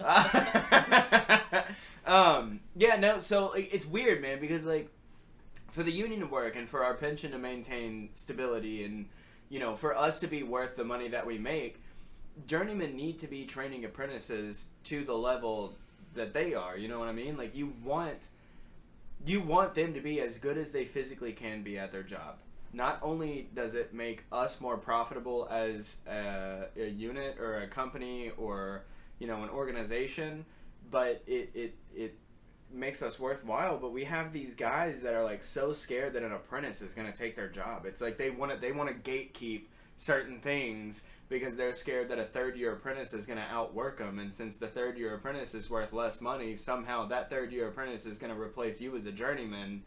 And it's like, that's such a flawed mindset. Because number one, if you're a journeyman, and especially if you've been doing this for like 10, 15 years, if you can be replaced by a third-year apprentice, or if you have a fear of that, you really need to do some self-reflection on why you feel that way. Do you feel like you're not worth the job that you have or the money that you make? Like, what is it? Because the only thing that him being as good as he physically can be at his job is going to achieve is us as a whole be able to be stronger. That's it. Yeah. If all of us were batting 1,000, we would be able to get these contracts that we want and stuff. But unfortunately, in the union, everybody's treated the same, but they're not worth the same monetarily. We have a lot of people that skate by. We have a lot of people that are happy to point and click and tell an apprentice to do grunt work and do this, same with do the military, that. Bro. And that way they just get to sit back and have an easy day every day. And it's like, buddy, that's not the way this works, man. Like, you've got to be able to have trust in these guys that you're not going to lose your job by training them up. Like, that's ridiculous. I dealt with it a lot when I was an apprentice. I had guys that wanted, you know, all your job's you're gonna hang hangers, you're gonna clean copper, and that's it. I'm not gonna show you how this works. I'm not gonna show you how to pipe it in. I'm not gonna show you this, that, this. And it's just like, dude, what is the point in that? Yeah. What's the point in that? You should be looked at with respect and as a leader and like as a teacher, and people should feel comfortable coming to you with questions. That way, we're all stronger as a whole versus what we got going on right now. Yeah. Like, it's ridiculous, man. I mean, I know it's not the exact same as, you know, the military, but... To which way is it? The right or left? The left. So if you go down the stairs, take a left towards towards the race. Okay. Yeah, towards the front door. BRB. Alright. We'll just put the show on hold Okay. while you go pee. Yeah, it's all good. I'll hit stop. Yeah. You can just pause the camera for us. No more recording. Yeah. Luckily, we've done this enough times to where we know, like, It's kind of okay. People just don't care if you have to get up and go to the bathroom. Not when you're doing a long format conversation. Yeah, right? it's really. Yeah, I it's mean, nice. I don't know how Matt hasn't peed yet. I know. Dude, I'm He just wears a good right diaper. now. He's just Iron been peeing bladder. himself Just the whole good, yeah. time, man. He's like, dude. Yeah, my wife, because she's a nurse, Yes. she goes through 12-hour shifts and may not use the bathroom because she's just Wow. hustling taking care of people. So she She's, like, strengthens me sweating at out. home. Yeah, exactly. And she's like, "No, don't be a wuss. You're not going to the bathroom." Yeah. We're in That's the middle of a hilarious. movie That's right something now. she would be. Yeah, Yeah, we're in the middle of a she would be movie. doing it. That's so funny. Hannah's such a sweetheart, man. She is, man. I'm I haven't grateful seen for her her. since probably Peach Wave. Dude, that is a throwback, man. Yeah. We still eat over at Sabati Cafe. Ooh, which- somebody's It's so so good. Where's that at? It's right on Cason Lane by the old movie theater. Okay. Yeah, But it's it's- literally where Vape Crazy was. Yeah. If Yeah. you just walk down to, oh man, what did it used to be right there? I can tell you. No, Sabadi used to be there. Yeah, Okay. they just expanded and took over the next spot because they ran out of room. They were Yeah. so busy. Gotcha. Because Wow. that's just like, to me, there's a lot of really great Thai food here in Murfreesboro. Yeah. And I'm they such a are sucker number for one Thai to me. food. Like, they Really? really Tita are Thai is the- a close Tita comparison. Thai is Yeah. awesome. Yeah, they are just super fresh. Are you Smyrna super or Murfreesboro delicious. located? Murfreesboro. Murfreesboro. Yeah, Cool. absolutely. Yeah, we lived in Shelbyville for like 3 years. I Interesting. remember Yeah, that Sydney because a you and little I bit. were talking. We kept trying to hang out, but it's like I you were an know. hour away, and then we've Yeah. had conflicting schedules. Now you do live in Murfreesboro. Yeah, you told me that you were making the move. We should all get together. We really should, man. Do some Yeah. fun stuff. Yeah. I'm interested too. So like you're obviously talking about how like you're kind of transitioning into like making film more Yeah. and more of your I don't know though, because you're also a social media strategist, right? That's your official job title. Yep. So how much were the two related before you kind of found a passion for film? Did you wake my kid up? So, Gonna say so you gotta really rock him it was back to sleep. primarily video Good with that. content is what got me into there. Like, I really had no interest in working in social media Yeah. in a lot of regards, but that's just kind of like how it naturally unfolded. I had a buddy of mine. So that was first? hmm Okay. Yeah, so Is again, receiving kind the last beer. of starting back just so to that it's when I on was in rapport. that group and started doing video stuff. It just was like a hobby of mine. I was still playing music at the time and like Interesting. working whatever odd job just to Okay. pay bills, Yeah. and was relatively unhappy. Yeah. I bet. But I started seeking that out, and I had friends that were like, "Well, hey, I'm working with this real estate agent, and they could use some help with their social media." And it was like 3 or 4 things that made me hone and sharpen my skills a little bit. That's really cool. And start to think about it in a more professional way. Yeah. But the situations themselves just weren't viable enough for me to take the leap and do it. I gotcha. And actually, at one point, I was even like very, very seriously talking to Dennis about joining the military Yeah. and either doing public relations or combat camera. Right. And I thought maybe that's the way I want to go. And I remember a specific conversation with Dennis, and he was just like, "Dude, what if you just like went all in and just became a videographer and like you just did your own thing, started Yeah. your own business?" And I really took that to heart and was like, I'm just nowhere close to being there. You Dennis know, is and like, it was, hey, how about you don't steal my thunder? Yeah. Literally not even. I'm grappling with that right now. Like, should I stay in the military? Because right now I'm at 10 years, and if you do I 20, can't believe it's already been 10. That's insane. Isn't it goes it? by quick. yeah, You don't look like you're old enough to have been in there for 10 that's years. nice. Crazy. Crazy. Yeah, but if you do 20, you get to retire with a Right. pension, which is half of your entire salary, your base salary. For that entire amount of time?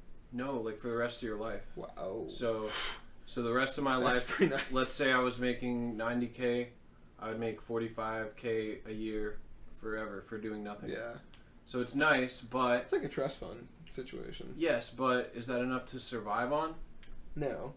If you're but depending you on can still work lifestyle. a I mean, not full-time if you're job, going to be can't you? out by, what, No. 40? You Yeah. know? So right. I'd retire at 38, which is very young to Yeah. retire. It's amazing. However, I'd be forced to live in, a situation that I probably wouldn't be able to afford. Like I'd have to live in an apartment or something. Yeah. At 38, after I'd done all that, like I want a nice house someday. But can When you you're work a married, too, full-time so- job and also draw your pension? Yeah. Okay, well then Yeah. So I'd have to work anyway. you would just have a guaranteed 45 Yeah, for a sure. year. So that would Which be is nice. beautiful. Yeah. No. Yeah. It's great. Yeah. No, It's more no. than I make right now. So, So no one's mad at that, but Yeah. but is it enough to survive on?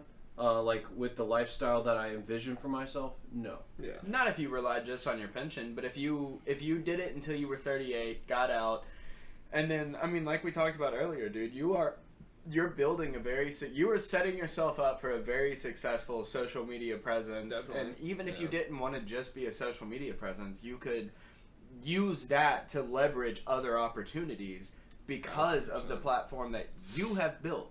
Nobody did that for you.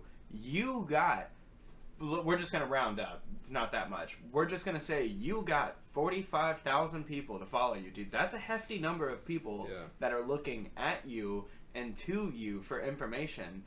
You did that on your own. Nobody gave that to you. And so you could use that to leverage yourself in a better position. And I'm not saying that you should be in the military until you're 38 if that's not what you want to do. But even if you did do it, it's not like life's over and you're only living off $45,000 a year. You just get the guaranteed $45,000 a year while also doing other things that you want to do. It's true.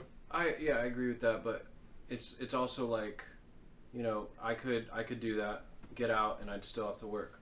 But what if I got out now, with what I've already built, you know, which I'm really saying it's nothing compared to what I imagined for myself. Yeah. I get you. You know what I mean? Dreams Like, and aspirations. And I am not a cocky person.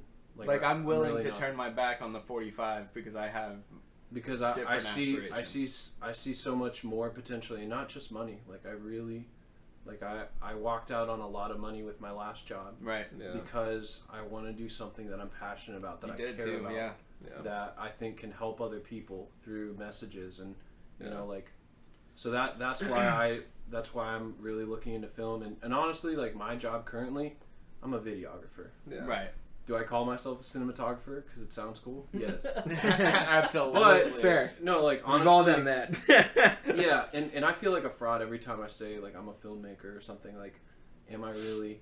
Yes. Do I make films? But no, I don't make like Hollywood films. But I've been working on short films. I've been working on commercials. Yeah. So I think that's enough to where I actually craft every shot. You know, like, and I care about it. I'm not just filming an event, pointing and shooting. Like I'm actually, you know, paying attention to the lighting, making sure everything's good. It's just well, you can really see the important. passion in the project. Yeah. I mean, you really can. Everything you put out, you can tell, okay, this isn't someone who just went into some editing software and slapped some shit together. And had AI do it. Right. Like, you would be able to tell if I did it and was like, yo, I'm a cinematographer, and then you look at my shit, and it's just like, dude, this is awful. And my thing is, like, I try my very best. And, you know, we're all human. Like, we say we don't judge people, but that's a lie. Oh yeah, no. Everything is a judgment. Everything has to be a judgment. That is true. So, but I do my am. very best to only be positive to people who are starting out, because I was there really not that long ago. Yeah. Trust me, True. I'm grateful for it. It's difficult with anything though that you become an expert at, because like if you are exceptionally good at something, it's hard to retrace your steps on how you got there, because that web is so entangled and has taken so many years to forge that just even it was me remembering the bumping path- into a wall the same exact way for like a few years, and then I was like, oh, there's a wall. You're just like an Right. NPC character Finally, that's running into you the can see same thing. And that's maybe what I just happens. turn a little bit. Right. Yeah, there's no wall. Well, that's that willingness to grow, man. That's what that is. Yeah. Look, definitely. I don't want to derail the conversation too much, but I do know that you have plans tonight with your wonderful, supportive wife. I am curious, just given the dynamic of the group of people we have in one room right here, I would like to talk a little bit about religion. Please. I know that you love it. But I love to debate. I know you love to debate, Not everyone and I know does. that you're also very open-minded. You and I have had countless conversations about this type of stuff. I love these types of conversations, but we have two very strong followers of Christ. I don't know your exact standing in any of this. Okay. I'm about to ask you, just as a blanket, real quick, everybody who's watched the show knows where I stand. I respect it to the utmost. I grew up in church, baptized at 13, went to church camp. My mother and father are still full-blown, go every Sunday, devout Christians. Sure. I, however, while I respect it, You're a rebel. not buying it. Not buying it. So I'm curious. So the card keeps declining. I know, right? Yeah. You're not buying it. I know a little bit about your That's upbringing. But if you're comfortable talking about it, Yeah. I would like to know a little bit more, and I would like to kind of know where you stand on things, and maybe it can turn into some fun conversation. Let me first. Dalton say, is just like throwing a grenade in the middle. That's what he's trying to do. Let's blow this show up, dude. It's cool. All right. So let me preface this by saying I love and respect my parents. I really do. I don't agree with everything that they've done as far as my upbringing, but they at least were loving to each other, loving to all of us kids. Sure, there were a lot of bumps, and my dad was without a job, for some periods. So like our upbringing was really tough, man. Like there were times where we didn't have money for anything, or like we were eating from food pantries and like really bad expired food, and like so we had it rough growing up sometimes, and now they're doing really well, and I love to see that. Yeah. So like our house is in Murfreesboro, or my parents' house, and it's super nice. Beautiful. Yeah, it's really nice. So like I just love to see. Love a comeback story, man. Yeah, That's awesome. Love to see them thriving. They're doing so well. But the way we were raised, man, like it was a little wild. Like even looking back on it, no, it was super wild. So, Yes. so they subscribe to a flavor of Baptist that is called Independent Fundamental Baptist. That means I don't do shit unless it's in the fucking Bible. Yeah. And I probably shouldn't curse. They're probably gonna listen to this. I love my parents. Sorry, love you Mom. guys. They'll get over it. Jesus But- said son of a snake. They can't judge. Yeah. So they subscribe to that, and basically what that means, in my eyes, it's a cult. It's a cult where they control exactly every facet. And of I how you assume that live. they know that this is your opinion on it. Yeah, no, Okay. they do know. Yeah. It's no secret to them. But for example, any music that has any beat in it at all, any rhythm to it, is of the devil. What? But that's got to be held over from like 1950s, like early. No, they believed it. fundamentalists. So not only was I not allowed to listen to music, I wasn't allowed to watch movies growing up.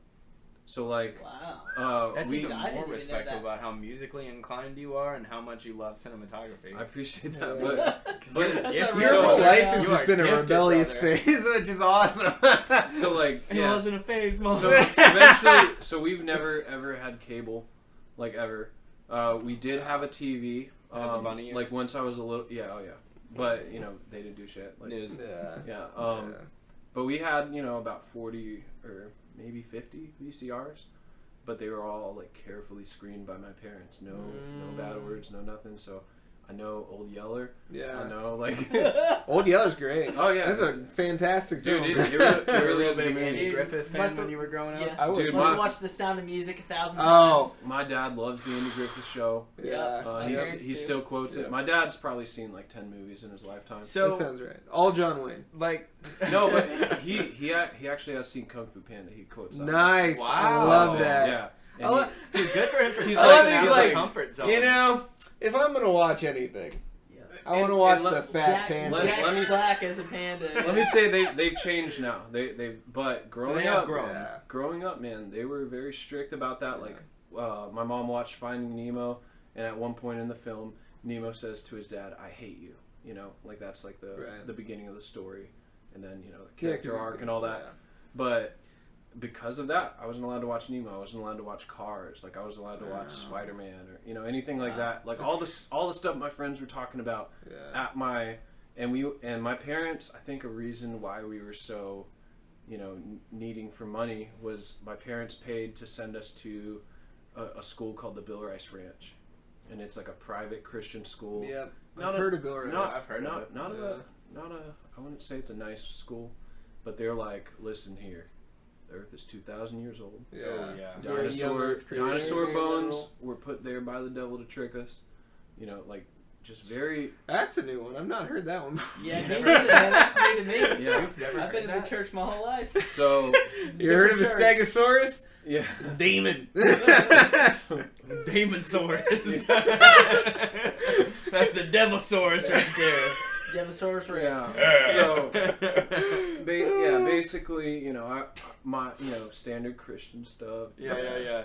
But yeah, like, and then it was weird in high school to like meet Matt and be like, oh, he's Christian, but he's not like a weirdo or anything. Like, like it's normal Christian. They have a rock concert at church. Like, dude, I never would have. And my parents were so uncomfortable with that. By the way. Oh, dude. I bet, dude. They were like, yeah, they're just gyrating, and they're making it about it's not about the creator. I love the gyrating. Yeah.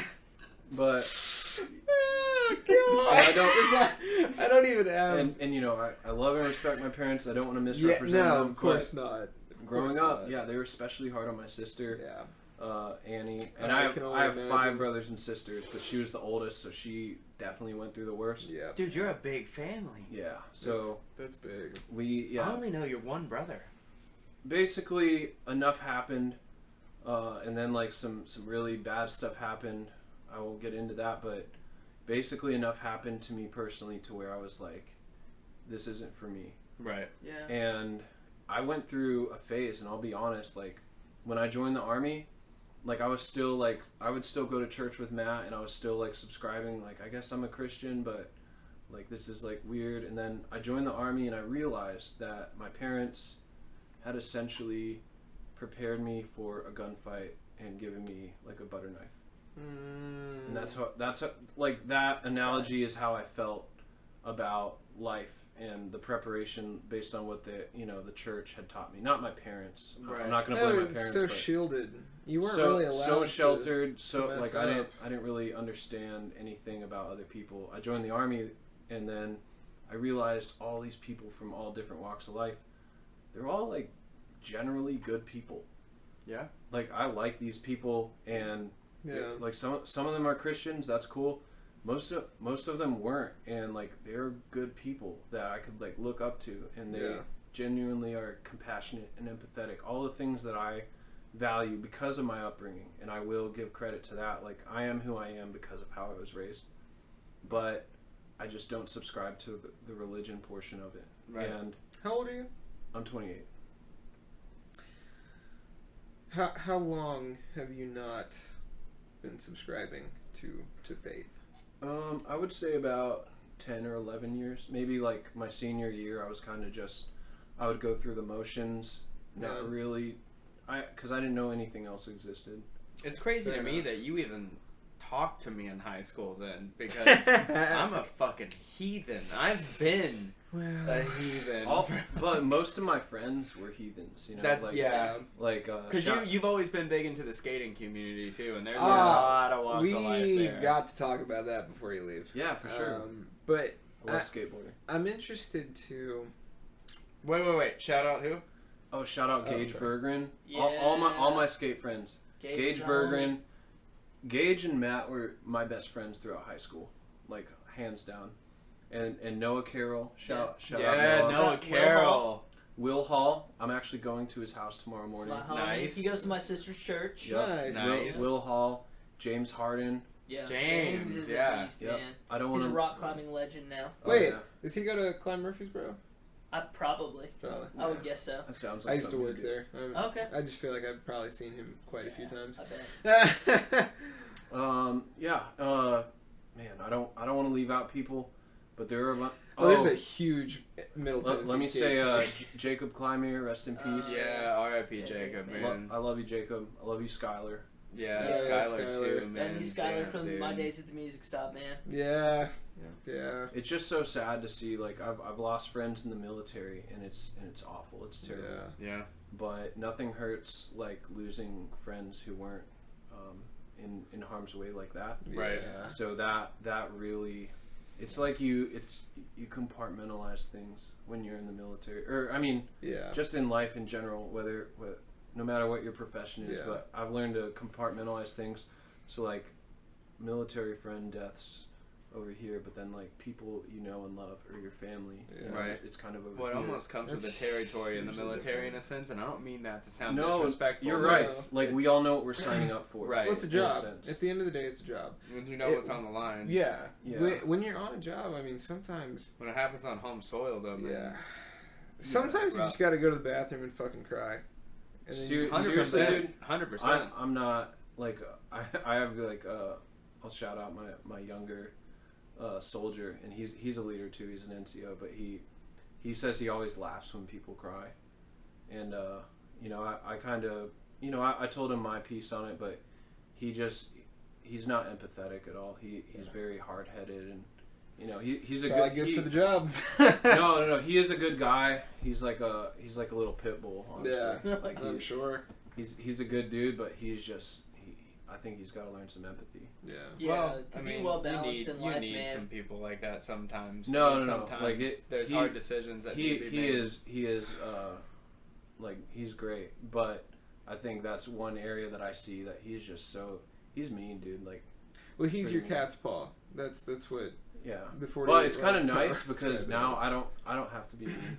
Right, Yeah. you just send him to do it. Yeah, It's like, Yeah. that's exactly what it is. Go on. Can you go say "rar" to the Yeah, guy? yeah. He's like, Yeah. "Oh, too easy. Let's fucking go." Let's fucking go. And Do then- it twice. That's what that whole. You got parable anybody else I can go is be about. mean to? Yeah. Yeah. The whole parable of the cat's paw is like this squirrel wants a nut, and the nut is really close to fire. The squirrel can't get close enough to the fire because his arms are too short, but his friend the cat can reach in and get both of the nuts that they want. So the cat gets a nut and the squirrel gets the nut, Cats eat nuts. but the squirrel was only after the one nut to begin All with. right. So But- he tricked the cat into getting. Correct. Yeah. And that they use that as like a way to explain how to properly delegate. You always have to have a cat's paw because the cat's paw is the person that does the dirty work. They're the ones. I didn't even know that. Yeah. So basically, my life is already okay. Yeah, exactly. Great. All right. Sorry. So, Sorry. do you believe in God? That's a really tough question. Do you believe in a creator? How about we put it I that like way? you throwing these out there. This is fun. I'm So- always doing this. I will say, based on the way I was raised, you know, my answer should be yes. But when I really soul search, when I really look into myself and look at the world and the way everything seems to be so random and the way terrible things are allowed to happen, I just don't see any order in this. And I don't see how there could be a creator, like a good one. And if there is one, he sucks.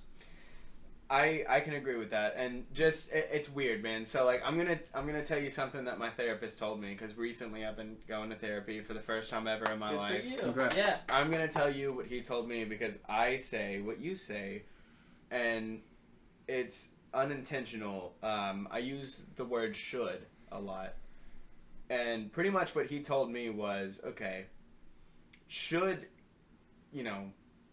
is like a lie that society has convinced you of. There is no should. Yeah. Should is just, it's nothing at the end of the day. Well, it's We a do- wishful idealism. Right. Like, we have been convinced that there's a certain way that we should be or should live, but all that is what's ingrained in you. And so when you say based on the way that and I'm not trying to like grill or criticize or anything, I just don't want you to like carry any sort of guilt for what you've grown into, because there's no such thing as should.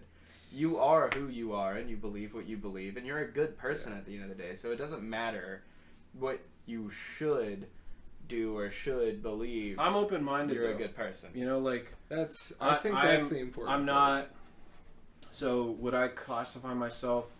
Honestly, I would say I'm agnostic. Like Yeah. it's Unsure. not that I believe in a higher power, but if there was one, it wouldn't surprise me. And I'm not like an atheist. Like, no, there's no fucking way. And I'm not either. I'm not an atheist. By any And I'm means. not knocking atheists either. Like, you know, everyone. Like, I believe that people's beliefs are sacred, no matter what it is. Like, and I certainly don't want to attack anyone Yeah. for their way of At life. least to be respected.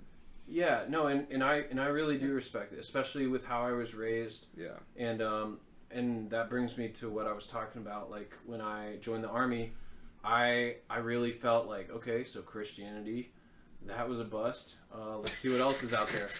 So I've never heard anyone say that. Yeah. So, dude, I That's looked. a funny net sentence. zero, I'm bowing out. Yeah. I looked into Buddhism, Oh yeah. Catholicism. Yeah. I even looked at Satanism. Yeah. Not even lying. Like, Well, yeah, because Satanism isn't Well, about Satanism worshiping is Satan. No, it's not. Has nothing to do with Satan. Satanism Worshiping is self. It's about. very intriguing. It really is. It's about your self-interest and Yeah. taking care of yourself. It's the Which- selfish religion. It does sound so selfish, but it kind of made sense, but not It's enough the to only where. religion that has a biblical. I think there was, yeah. What is it called? It has 11 commandments, Satanism, and one of them is do not rape, and it's the only religion where one of the commandments is do not rape. I mean, that's cool. As You if we need a written commandment. Yeah, that's the thing. Maybe that's wrong. Oh, but we need a written commandment Shouldn't that have to says. specify. But we need a written commandment that says Go don't on. make moves on your neighbor's wife. It's not. I That's don't know, not the man. It commandment. should go without saying, but That's It's- essentially the commandment. It's adultery, and if you look at the context of what Jesus is talking about later in the No, New we're not Testament- talking Jesus. We're talking Moses. Whenever they were Yeah. doing the no, Ten we're talking Commandments. Satan. Actually, yeah. More You ever heard accurate of word. Lucifer Morningstar, sir? He's a real hot topic. If you take the ten commandments, You like that tie-in? Yeah, that was good. Jesus talks about them. Rhinestone belts. So, what Studded. what I would say Sorry. what I would say to that is, Jesus talks about how even if you've lusted after another woman, But we're not talking That's- Jesus. I'm talking Moses. When they're No, doing he's the right. Ten Even if you Commandments did and it in they're your given- mind, that's the It's the importance. To same- think is to sin. it's Right. the same to I God. have issue with that. But it's it's the same to God as if so. Like, it's what not do they say? To supposed- look is natural. To look Was twice God is ever sin. in bumper Yes. to bumper traffic? Okay, you tell me that you didn't think to sin, all right? Because I've thought about, But- thank God I don't have my gun on me right The- now. This is why Jesus was perfect, is because he didn't do that in spite of understanding the human emotion and So intent he behind You was- put that. Jesus in bumper to bumper traffic, and let's see what his thought So he process was is. 100% God, 100% man. That's what I believe as a Protestant Christian. Now, I will say though, So to me, like my dad would say that all the time. I'm like, Dad, that math doesn't add up. So he's 200%. this is Well, where if you think that's crazy, wait till you hear about the Trinity. Yeah. Yeah, I know. so this is where people would try and convert you to Islam, because that is really the Yeah. whole Yeah. logistical. And I argument. looked into that too. That was Andrew Tate. We Yeah. mentioned that name earlier. Yeah. Well, we but don't have to mention that's it what again, we though. Yeah. we mentioned that name off air. He gets so sketched out when I say anything that has to do with the bald man. That is not true. I Yeah. was telling them earlier that we talked in the first episode about joking about Yes. going to Romania. Look, And then 2 days later, after it came out, he was convicted of Eh, sex trafficking. after the trial is closed, I would like to reopen that topic because I have some very opinionated opinions. Anyway, but yes, it's there's a lot of especially if you go through YouTube Shorts, there's so many like Islam street pastors right now that are all using these sort of like logic tricks in order to like Yeah. convert you. And I don't want to be tricked into anything. Well, I think No. that's unfortunately the problem with the modern church. I don't think that there's inherently anything wrong with church. Dude, there's that one dude that bucks up to people. The Muslim street pastor. Yeah, and then, he's somebody scary. Yeah, dude. Well, he's 'cause like he- 6'4". He was an assassin He's too. a big dude. Like he Was was, he? yeah, he was a part of the military and was like, he claims to be a trained assassin. Somebody walked by on one of the videos. Stolen and was valor. like, Yeah, I have somebody no idea. walked by him and was No like, idea. fuck Islam or something. Just Yeah. something like that. He went was like, after fuck you him. just said? Like, bro, Yeah. I mean, I'm talking bucked. But that's up. how Islam is, and I unfortunately, mean, I can respect that if someone's like I attacking your respect it. religion, like to your face. Christianity needs I to think- have a backbone. Especially it happened yeah. on American streets. What This do you is- expect? We literally fought for a But right of freedom of unfortunately, religion. the backbone that doesn't align with the doctrine of I Christianity. I don't think that that's true because Really? all throughout Jesus' time in the world, and if we're talking But about, what did he do? He turned the other cheek. well, he turned the other cheek, but he also turned over tables. He didn't take anything. Yeah. He, Like a DJ. Wicked. but Cody I think really the most important. Well, here's the differential. You can be one of two things, I think, and still make it to heaven. Now, Christianity, which is what I choose to describe myself as, says you can only get to the Father through me, being Jesus the Son. Yeah. I personally think that God the Father has enough nuance that if you were to claim a monotheistic religion that worshipped Yahweh or Allah, any of the original names for God the Father, Old Testament God, you're still worshiping the same God. And I understand that under the New Covenant in the New Testament, we're supposed to go through Jesus to get that. But if you're a Catholic, if you're Jewish, if you're Islam, I think that regardless of doctrine or tradition, God will be an accepting host once you meet the kingdom. Now, you might not, and I don't know how anybody feels about... And this is your personal... It's my interpretation mixed with a lot of guidance, I guess. Okay. I don't know how anyone feels about the Gospels that aren't included in the Bible, like the Book of Enoch and stuff like that. But the Book of Enoch, the Apocrypha and all the Apocrypha. The Apocrypha talks a lot about like a multi-tiered heaven, and Catholicism also talks about like a multi-tiered heaven. Yeah. I don't know if that necessarily falls into what I'm talking about, whereas there might be some sort of... But like, wouldn't that make sense? A multi-tiered heaven? I'm not saying that it wouldn't make sense, but what I am saying is that Christianity is a little different, especially Protestant Christianity. Yeah. And if you're going to look at things through that lens, you have to put it through that lens. So if we're talking about... Say what you brought up earlier about how like how could horrible things happen in the world if God is supposed to be so loving, right?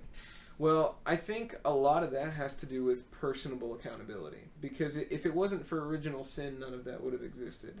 And I think that original sin and the selfishness of the human heart doesn't have to be bad. Selfishness isn't always a bad thing, but it's a character trait that can be so neutral and so gray area that it can bend to your own will. And if your will becomes selfish, you'll lean into that, and you won't recognize that it's selfish. So you think that bad things happen because people are selfish? I think that bad things happen because, honestly, I believe that humans are sort of amoral, and we have given into moral order.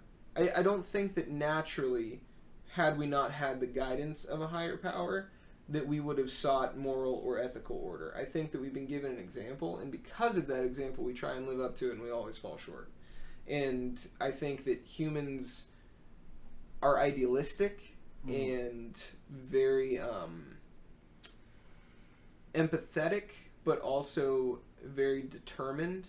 And what comes along with being determined and empathetic is that you understand emotions, but you also understand what's better for you compared to the other person.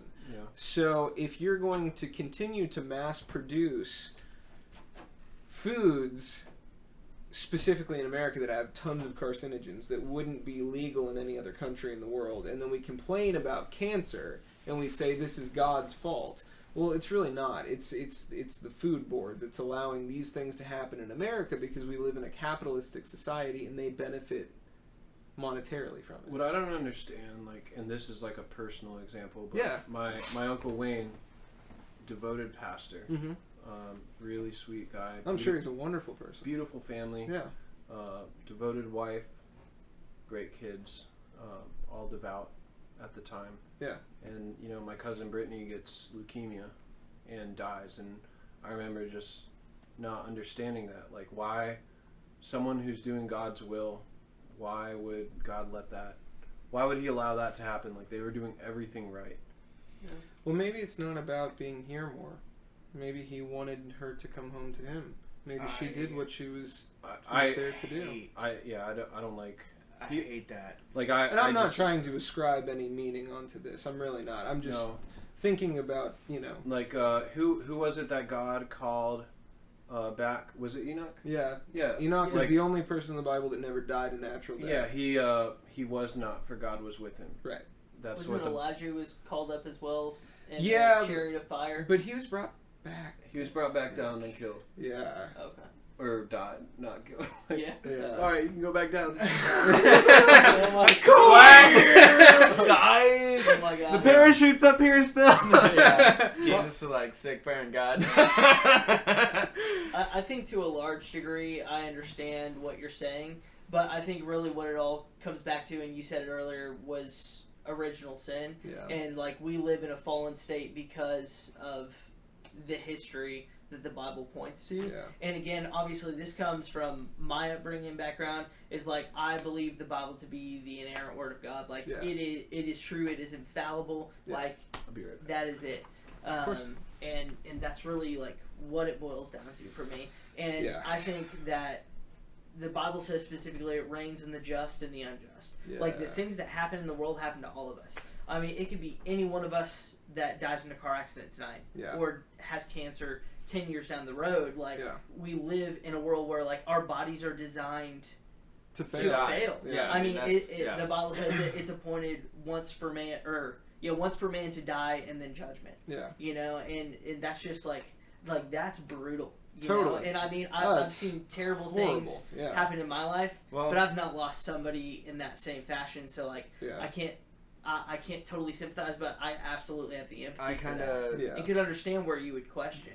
both of us Definitely, can understand to a degree, especially when it comes Oh. to somebody like Darren, for example. Oh, absolutely, like, man. You know, That Darren was grew up Buddhist. Heartbreaking. You know, In every way. Darren was our best friend. You know, I mean, Yeah. I shared holidays Yeah. with Darren. I mean, his family knew mine, I knew his, and so Up until he died, I literally, he was the person I spent the most time with. yeah. I- Darren introduced us together. Yeah. I mean, I wouldn't know you without Which is Darren. crazy, because you and me are literally brothers at this point. yeah, and exactly. I And, can't you know, imagine my life without you.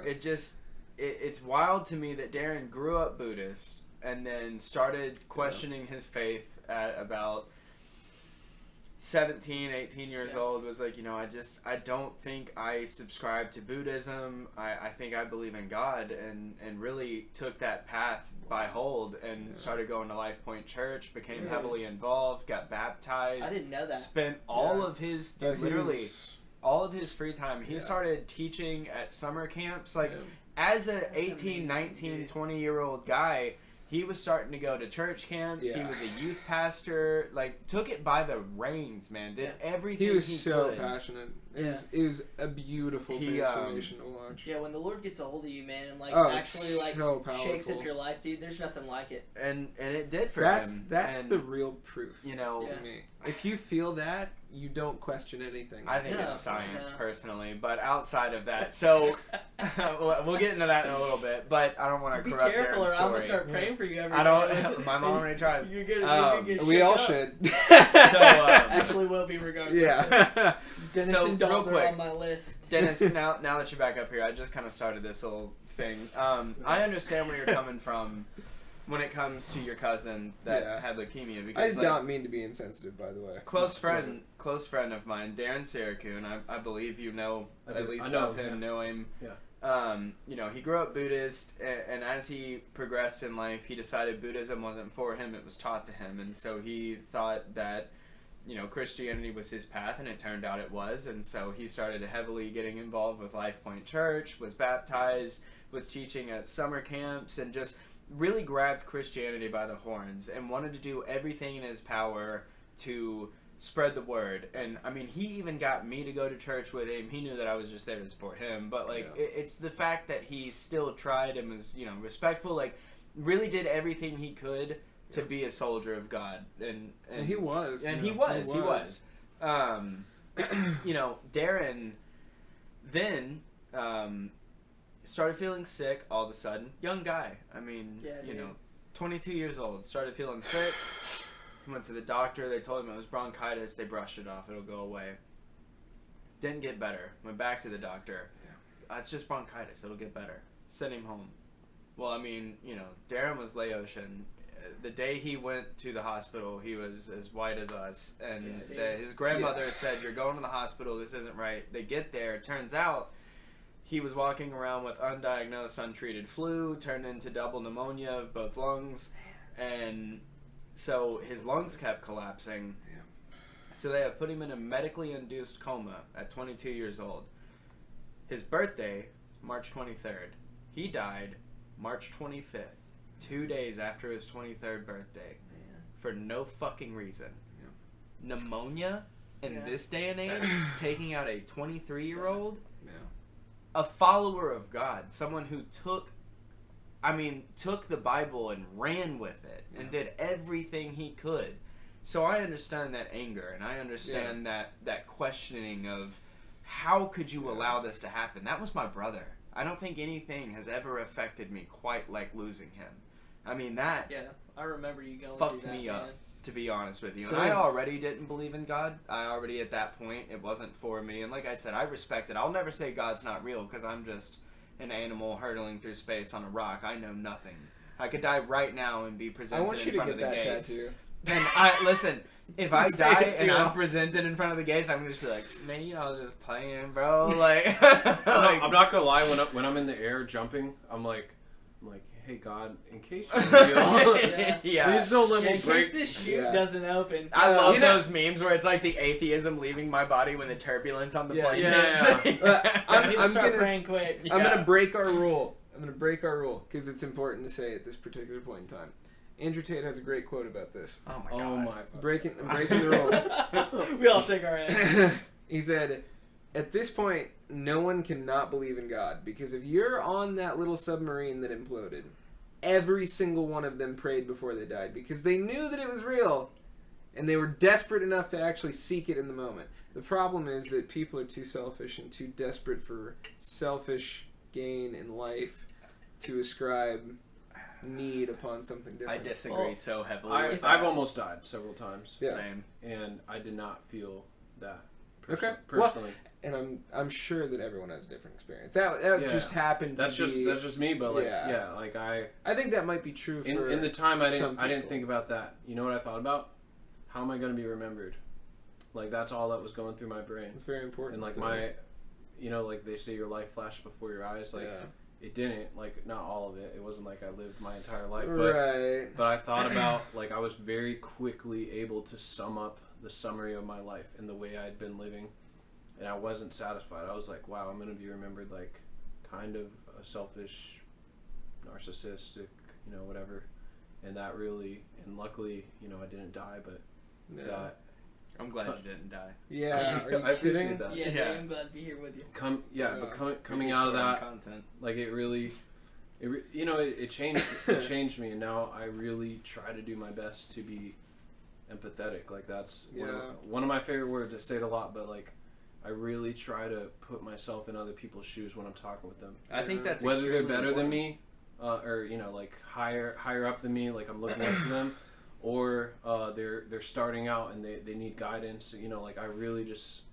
Well, I think you're a really unique case on a lot of levels. I think For that sure. just having talked to you for this amount of time, I mean, obviously Dalton, everyone other than me knows you incredibly well. But, I would say that, like, just from this particular conversation, I can already tell that some of these things that you learn as, like, advice through life or general wisdom or general knowledge, it doesn't apply to people like you.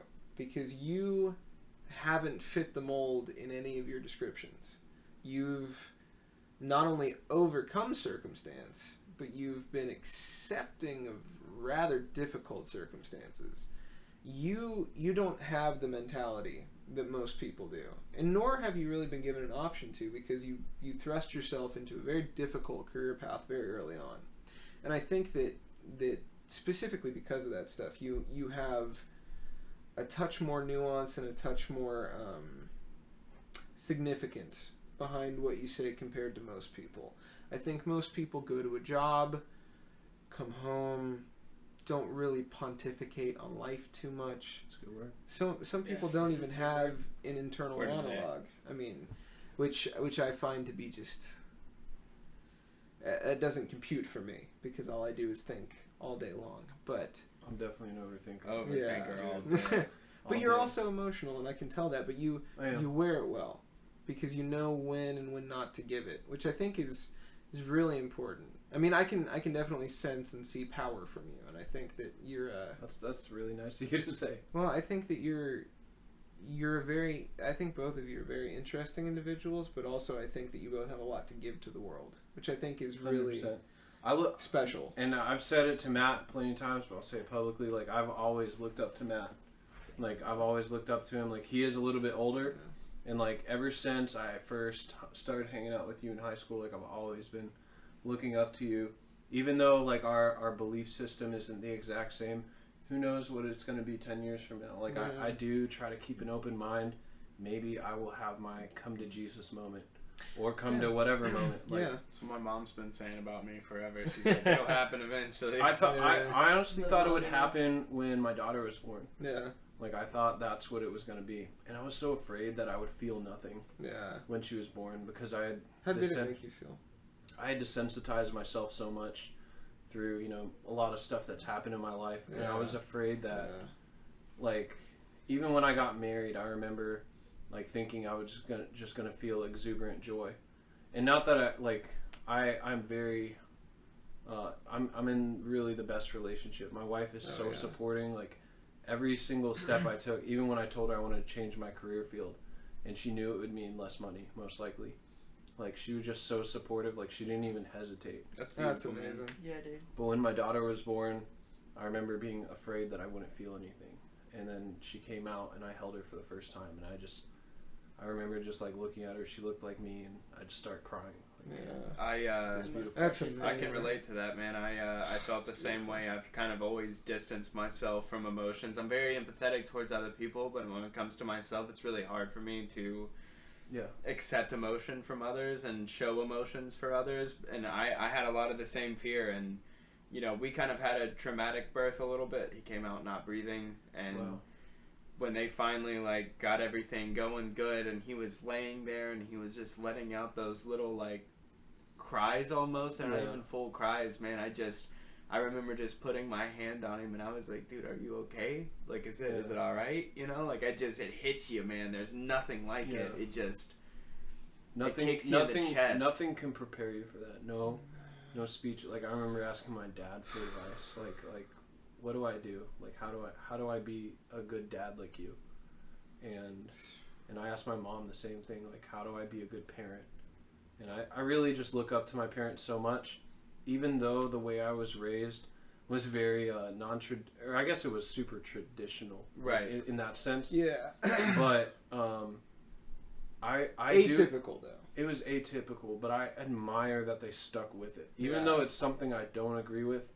They were at least constant. Right, consistency is key. I bet you felt security too in having. I felt that security structure. until I left for the army, and then I was like, oh, oh crap, oops. But I at least admire that they stuck with that, and now they've chilled out so much. Like I have younger brothers and sisters, and they have a much more normal lifestyle. That's awesome. I'm like, you have a phone? Like what? That's hilarious. And now they're like watching HBO and Netflix and Disney, and like I'm like, all right, that's like cool. I'm happy for them that they get to have a normal childhood, but I'm like, damn, like where was that? A little jealous, yeah. Like where was that when I was? I'm over here watching Old Yeller for the right. I can quote it word by word. Yeah, like shoot. Dog gets shot again. Pinocchio just doesn't hit the same after 35. So all right, wait, I'm sorry. I just want to know if he has a kid. I do not. Okay. My wife and I are in the process we're of good. like. Till 30. Are you sure? Yeah, 30. Okay. Sweet. We'll crank it out another 10. Yeah. My wife and I are in the process of casually trying. Yeah. We've been married 5 years now. So like, how often? And enjoy that ride. If I'm honest, not enough. So we could definitely be keeping up with it a little better, but life does get busy, man, and that's kind of the crappy part. And sometimes you come home at the end of the day, and dude, you think as a young man, oh, dude, we're just going to be going at it all the time. Sorry, Hannah, to talk about this on a podcast.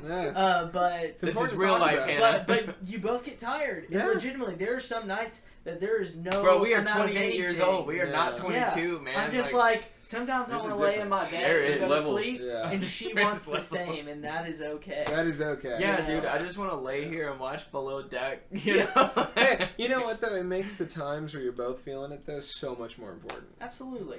Absolutely. And I love consuming trash content. Oh, so good.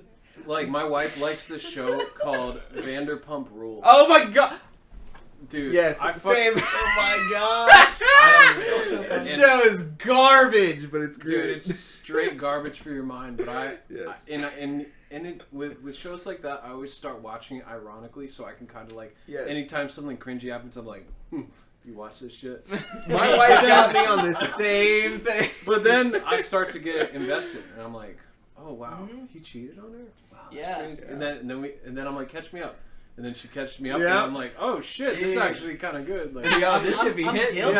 Yeah. I'm guilty of the same. We have Yeah, been watching literally. The Ultimatum. And that's just like absolute garbage. It never Yep. like it never works out. Same with Never. any of the Bachelor series. I'm like, Oh my this gosh. is dumb, Hannah. I'm not watching. Yep. I'm sitting eating my dinner. I'm like, oh, what is Bobby Wait, gonna do? yeah. Like, Oh my We're god. too hot to handle. That's never the got into one that stuff. that my wife got me on, which it's so annoying. It's so stupid. Because all I end up doing is I just sit there and do push-ups the whole time. That's literally what For real? happens. I watch it and I'm like, I'm gonna he do. fucking looks better than me. Wow. I'm Yeah. gonna- and then I just start doing push-ups. That dude's jacked. Yeah. Yeah. But then it's hilarious too because they're all stupid. They're really all is, the man. dumbest people that I have ever seen in my life. It's Very, just very below self- deck for me. I That's want- the only reality show that I wonder if they're like playing a character or if that's really how they are. Like, and I've met some people like I gotta give credit to the producers. Yeah. You know, on the show. Oh, they 'cause, like, definitely manipulate. dude, they like. I mean, it's enough to get me, and like I like to think of myself as like, you know, They're watching pretty good. perceptive. I watch good films. I watch can see. see good media. Yeah. and I Taste. think that's why I am a love- cinematographer. Yes. I think because of the way I was raised, that's why I gravitated towards this. Not to like rebel against my parents or the way I was taught. Maybe because I was sheltered by it so much. When I Yeah. finally saw it, like I went crazy when I joined the Yeah. army. Like, and I finally like got a little 18-inch TV, and I Yeah. could watch any movie that's Anything. ever existed. Yeah. And I was allowed. No one Straight to could tell me I Goodfellas. couldn't. Right. Yeah. I was so excited, dude. I was watching every movie, and I'm still catching up. What's Like, your favorite movie that you've seen so far? Hereditary by Ari Aster. Ooh, All right. Yes, sir. Midsummer didn't hit for you? I love Midsommar Okay, too. good. Yeah. In fact, my wife and I, Jamie, pull this up. Yeah, right. We dressed up. One as- of these days we'll have Yeah, it, Jamie. We dressed up as We'll hire Midsommar Matt. for Halloween. Oh, that's awesome. I was Pele, Yeah. like with the long hair Yeah. and the white garb, and then Brianna was Danny. Yeah. And so she made this like out of a barber cape. She just glued like literally 1,000 flowers That's onto it. So Wow. cool. Yeah. Oh like, my and god. we did like a whole like little cinematic shoot with the GH5. That's awesome. That's what I had back then, but we like recreated the ending. Dude, that's scene. awesome, man. It's on my Instagram. but That's so it's tight. from a I few can't years believe back. I haven't seen that. I can't either. Hey, what do you shoot on now, by the way? Because we haven't. What's that? I don't know if you said that or not. What you shoot on now? I shoot on the Sony FX6. Okay, beautiful. It's Yeah. a great Well, camera. that thing unreal. is sick. I could just get to FX3. Yeah, right. Oh my gosh. that's what I went with first. Yeah. So I still have I have 3 cameras right now: Sony A7 IV, Yep. Great. Sony FX3, I and also Sony have that. FX6. Yeah. And Sounds right. I use the A7 IV for content creation. That makes Anything on sense. Instagram. That's all. Because a lot of the yeah. times I realized I want to be like with my camera, like Yep. talking about it, Yeah. like in a reel. Yeah. So I need something to film me holding the Totally. Well, and mirrorless is just perfect for Just that. buy another anyway. FX6 It then. just looks great. camera. Yeah, they're just like $6,000 for just the no body, big deal. Well, I mean, and just they're out of if you're stock like, all the passionate, time. then, Everywhere. you know, Right, right. See, I keep thinking about going to Zcam because they Those seem are great. They seem to have like the best components for the price, which is Yes, hard. yes. However, like there's no screen, there's no I nothing. know you got So you all need to rig it external. out, and Yeah. I'm thinking like the FX6, I can strip it down and still like put the little screen on it, and it's like very Yeah. compact, That's probably You know, nice, so, like- actually, yeah, and it's got the built-in ND filters yeah. are game Dude, changing. that's Really? unreal. So Wow. now I don't have to screw an ND filter on when I go Right. outside. It's all built Or in have to worry front of about the sensor. plates and stuff like that. Yeah, which- like it's all exposing for me yeah. in real time, and it's electronic, so it like gradually does it. Like it's just so I can have the proper It's shutter next speed, level. proper aperture. I can shoot on cine lenses Yeah. and like focus with my RS3 Pro. yeah. You know, just like in the cinema gears, like it's I bet that's so nice. it's game changing. Honestly, Yeah. like, I have it too easy now, and it's Right. it's crazy when you have like more paintbrushes than you know what to Yes. do with. Yes. Because then, like, if I had like 100 lenses, I would want to Yeah. use them all. But when you're focused with a like, I recently shot a commercial and I showed Dalton and Matt. I can show you after. Yeah. Dude, But, it was so good. I decided to go with just Sure. one lens, Well, with the exception of one shot, like wide-angle skateboarding. Yeah. But I decided to just go with one lens for the entire thing, and I have lenses. Like I can. Yeah. I have a repertoire of lenses, good lenses I can use, but I just chose one because that made it simple, and that made me more intentional when framing my shots. Yeah. That's really good. Yeah. It's like a very It's really Kubrick smart to set technique. yourself up that way. Yeah. Because yeah, then instead you're, of diving into the options, force yourself to do the best with the one. Exactly, because like when you bring, like I used to just bring everything to every shoot, and I was like, oh fuck, I was making all these decisions all the time. What do I think? Which lens do I want for this one segment? Yeah. And then lenses have different coatings, and they make like different color casts, and really diving into that stuff. Yeah. Well, and on top, I think that's something that's different maybe nowadays than it used to be, because like what you do is pretty much in camera, like all the way until getting into post-production. Most modern cinema is not made that way. You know, it's very okay-ish, you know, just like log footage from whatever, you know, A camera and B camera, and then it'll work out. Right. We'll fix it in post. There's 50 green screens, and you can see someone in the parking lot smoking a cigarette behind the whole thing, and it just all comes together in post. But what you're talking about is a much more traditional, I think, viewpoint on how to go about shooting.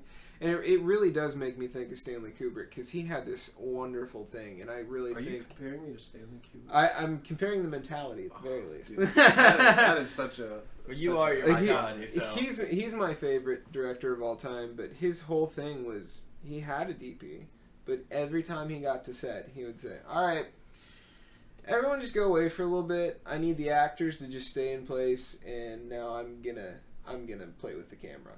And without fail, every single time, he would adjust the camera, he'd get the lighting right, and if he went to lunch and something changed before he got back, he knew the moment he set back on set.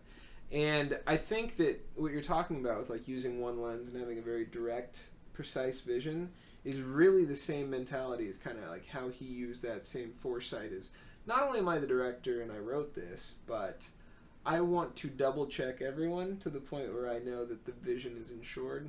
Now, not saying that you're going, you know, that overboard necessarily, but I think it probably comes from the same place of like, you know, I'm going to simplify my decisions in order to make the best decision instead of being paralyzed by the decision. Being intentional is the best thing you can do as a creative in general. Agreed. But yeah, especially with filmmaking, choosing your lenses beforehand, storyboarding your shots. And now, dude, it's so easy. Now what I do, like what I just did for my commercial, I storyboarded, like I wrote a script. Yeah. And then I typed in AI, like exactly what I wanted. Yep. And then boom, there's my thumbnail. I love it. Now I was just looking at my phone. Okay, cool. That framing, boom. Yeah. And like, so you can use AI to help you out so much. Like, it's such a good tool. Yeah. It's a great tool. It's not. We had a whole episode on this where we kind of debunked the whole idea of like, oh, AI is like this super brain that's gonna take over the world. And it has nothing to do with that. It's all. It's just congregating data. I just see it. it's another, a tool. It's another paintbrush. It's another paintbrush. It's a great paintbrush. Yeah. Everyone should be using it for anything they can at the moment. It's OP. Yeah. It's delegating without having to use people, which is, man, if you could outsource everything, that's the way to go. That is the prime way to focus capitalism. But, you know, we'll get there in the next 5-10 years. Oh, yeah. Well, with that, boys, why don't you go ahead and plug yourselves real quick. Please. Let us know where we can find you, you know, what you're working on. If you you're guys have working been on such anything. great guests. Thank you guys again, too. Thank you guys. Plug away, brother. Okay. No more to plug. I'm Dennis Buzard, and you can find me on Instagram or TikTok at Dennis Buzard. Beautiful. Boom. And I am Matthew Transki, and you can find me at, I think it's matt.davidt. That's, you know, how big I am on Instagram. I don't even know my own handle. So you can follow my guy me if you takes care of want. that. There will be more in the future. Or if So you want to big, find you're him not in even person, looking back. just go to World Outreach, ask for him, Come find me shooting video on the weekends. All right, boys, man, we really appreciate y'all coming on, dude. Yeah, Really, this has been honestly. It's awesome. been great conversation through and through. And I know you're not in town much. Hopefully we'll get to do this again. Oh, absolutely. Or for sure, Matt, we're going to have you back on. Dude, I would love to. 100%. It'd be great to sit with you guys again. You I'll guys certainly listen. have been great, and Awesome. we really appreciate y'all supporting us and coming on. Anyway, this has been Just After midnight. Goodbye, everybody. See ya. Bye. After midnight.